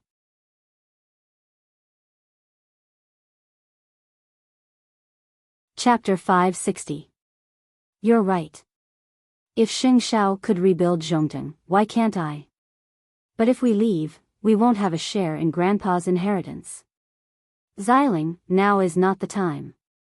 Let's just bear with it. Gu Xiling stopped talking when she heard the word inheritance. She did not want to let the Xing family benefit from it. One was Mu Chichi, and the other was Hu Bimbo. But I have never been wronged like this since I was young. Never. Gu Xiling felt uncomfortable when she thought of Xing Zhao's humiliation just now. Don't worry, I've noted down all of these debts. When Grandpa leaves and we get our hands on the inheritance, we'll settle it again. Xing Kai did not know how ugly and hideous he looked at the moment. Of course, Xing Xiao would never treat Xing Kai as his brother after what he said just now. They would be enemies when they met again. Grandpa Xing woke up and sat on the bed for a long time. After a while, he asked Xing Bowen, "How long have I been unconscious?" "Grandpa, just one night. From now on, leave the matters of the Xing family to us. You can't be agitated anymore," Xing Bowen said to Grandpa Xing. Grandpa Xing's eyes were a little dazed. He looked into the distance and could not focus. After a while, he said, "Yes, I can't take care of it anymore. I am relieved to leave Huang Yao to you because you are a generous person. It doesn't matter if second brother and his wife are arrogant. After all, eighth brother will not stand by if they cause trouble. In the end, isn't eighth brother still managing Huang Yao? What do I need to worry about? My only regret is that apart from fourth sister who is pregnant, none of you have children yet. I can't see the next generation of the Xing family being born. Grandpa, there will be. Your eldest brother is always flirting everywhere and is not serious at all. Your second brother is infertile, and after your fifth brother emigrated, he rarely comes back. Your sixth brother is disappointing, and your seventh brother is crazy. Now, who else can I count on? Grandpa, are you saying that second brother is infertile?" Xing Bowen grasped the key point and asked Grandpa Xing. "Don't tell anyone about this. You and Xiao Ran have to hurry up." Xing Bowen was still a little shocked when he heard the news. Xing Kai couldn't have children. Perhaps some things were destined. So, you don't have to hate him so much. Because of these two comas, the old man felt that his time was free. If he could live one more day, even if it was just one day, he really did not have the mood to resent and plot. Unfortunately, second brother and his wife were walking further and further down the road of reunion. Xing Xiao threw a tantrum at the hospital, and Su Che sent a message to Mu Chichi about it. So, after she had no classes in the afternoon, she did not go straight to the Criminal Investigation Bureau. Instead, she went to Zhongteng. When the secretary saw her, she was about to knock on the door for her, but Mu Chichi made a shushing gesture and took the coffee from the secretary. "It's almost night, and you're still drinking coffee? Change to a glass of water." The secretary did as she was told and quickly handed her another cup. Mu Chichi knocked on the door and entered. She walked straight to Xing Zhao's side, but he did not notice her. He simply took a sip from the cup, and when he found that it was plain water, he looked up in confusion. "It's almost 6 o'clock, why are you still drinking coffee?" Xing Xiao put down the pen in his hand and leaned against the chair in a relaxed posture. He turned to Mu Chichi. "Why did you come?" "Because of someone. He went to the hospital today and threw a big tantrum. I thought you would need my comfort, so I came here immediately." Mu Chichi sat on his lap. "Are you worried about Xing Kai?" Xing Xiao shook his head. "Since I don't treat him as a brother, I definitely don't want to waste time on him." "Then why are you still so shameless?" "It's just, you just feel that Xing Kai has betrayed your trust, and you have betrayed the trust of everyone in Huang Yao, right?" Mu Chichi guessed. "Although you are indeed successful in the business world, Xing Kai is a person, and an ambitious person. People's hearts will change. This is not something you can control." Xing Xiao gently stroked Mu Chichi's hair. Mu Chichi's hair must be fragrant since she did not go to the autopsy room. So, he relaxed and temporarily removed the invincible armor. "As long as you have a clear conscience, that's enough." He did not expect that this little one actually knew how to comfort him. "Leave those things to third brother in the future. You know very well that he will have to face it himself sooner or later. Look at you. It seems that you can't continue working. Hardworking CEO Sheng, why don't you skip work today?" Xing Xiao raised his wrist and looked at his watch. Then, he put Mu Chichi down and said, "I'll send you to the forensics laboratory." "No need. I'll accompany you tonight. We'll do whatever you want to do. Feng Shanshan and Tang Yen were there anyway. The professor should not be short of help. But her man needed her company. The invincible god could also be weak and let his imagination run wild. In the evening, Gu Xiling came to the ward with dinner. When she saw Grandpa Sheng, her expression was a little unnatural. The butler asked the kitchen to make these dishes. They are all Grandpa's favorite dishes. Third brother, you and Xiao Ran can go back and rest. Xiling will be fine here. Sheng Boan glanced at Hu Ran and finally agreed to Grandpa Sheng. Then we'll go back and rest. In fact, it was a compromise. He wanted to let Gu Xiling know that they never wanted to take the opportunity to make Grandpa Sheng change his will. Everything was just Sheng Kai's imagination. Go. Grandpa Sheng waved at them. After they left, he said to Gu Xiling, second brother can't have children. What are you going to do? I'm going to tell him and do a test tube test, Gu Xiling replied. Gu Xiling replied. I heard what you said in the afternoon. You said that you want to see the next generation of the Sheng family being born. I'm old and can't play around anymore. The world belongs to you young people. But Xiling, since you're the one I've chosen, you're also outstanding. However, I hope that you and second brother can support each other and not become each other's stumbling blocks. Since you're going to do that, go ahead. That was Gu Xiling's plan. If they had children, wouldn't they get a bigger share of Grandpa Sheng's inheritance? Looking at Grandpa Sheng's body, it was not a sign of longevity. She had to plan everything as soon as possible. But if she told Sheng Kai about it, he would probably go crazy. What she was afraid of was that even if Sheng Kai agreed, the quality of his sperm would not be up to standard. You're tuning into the Romantic Tales YouTube channel.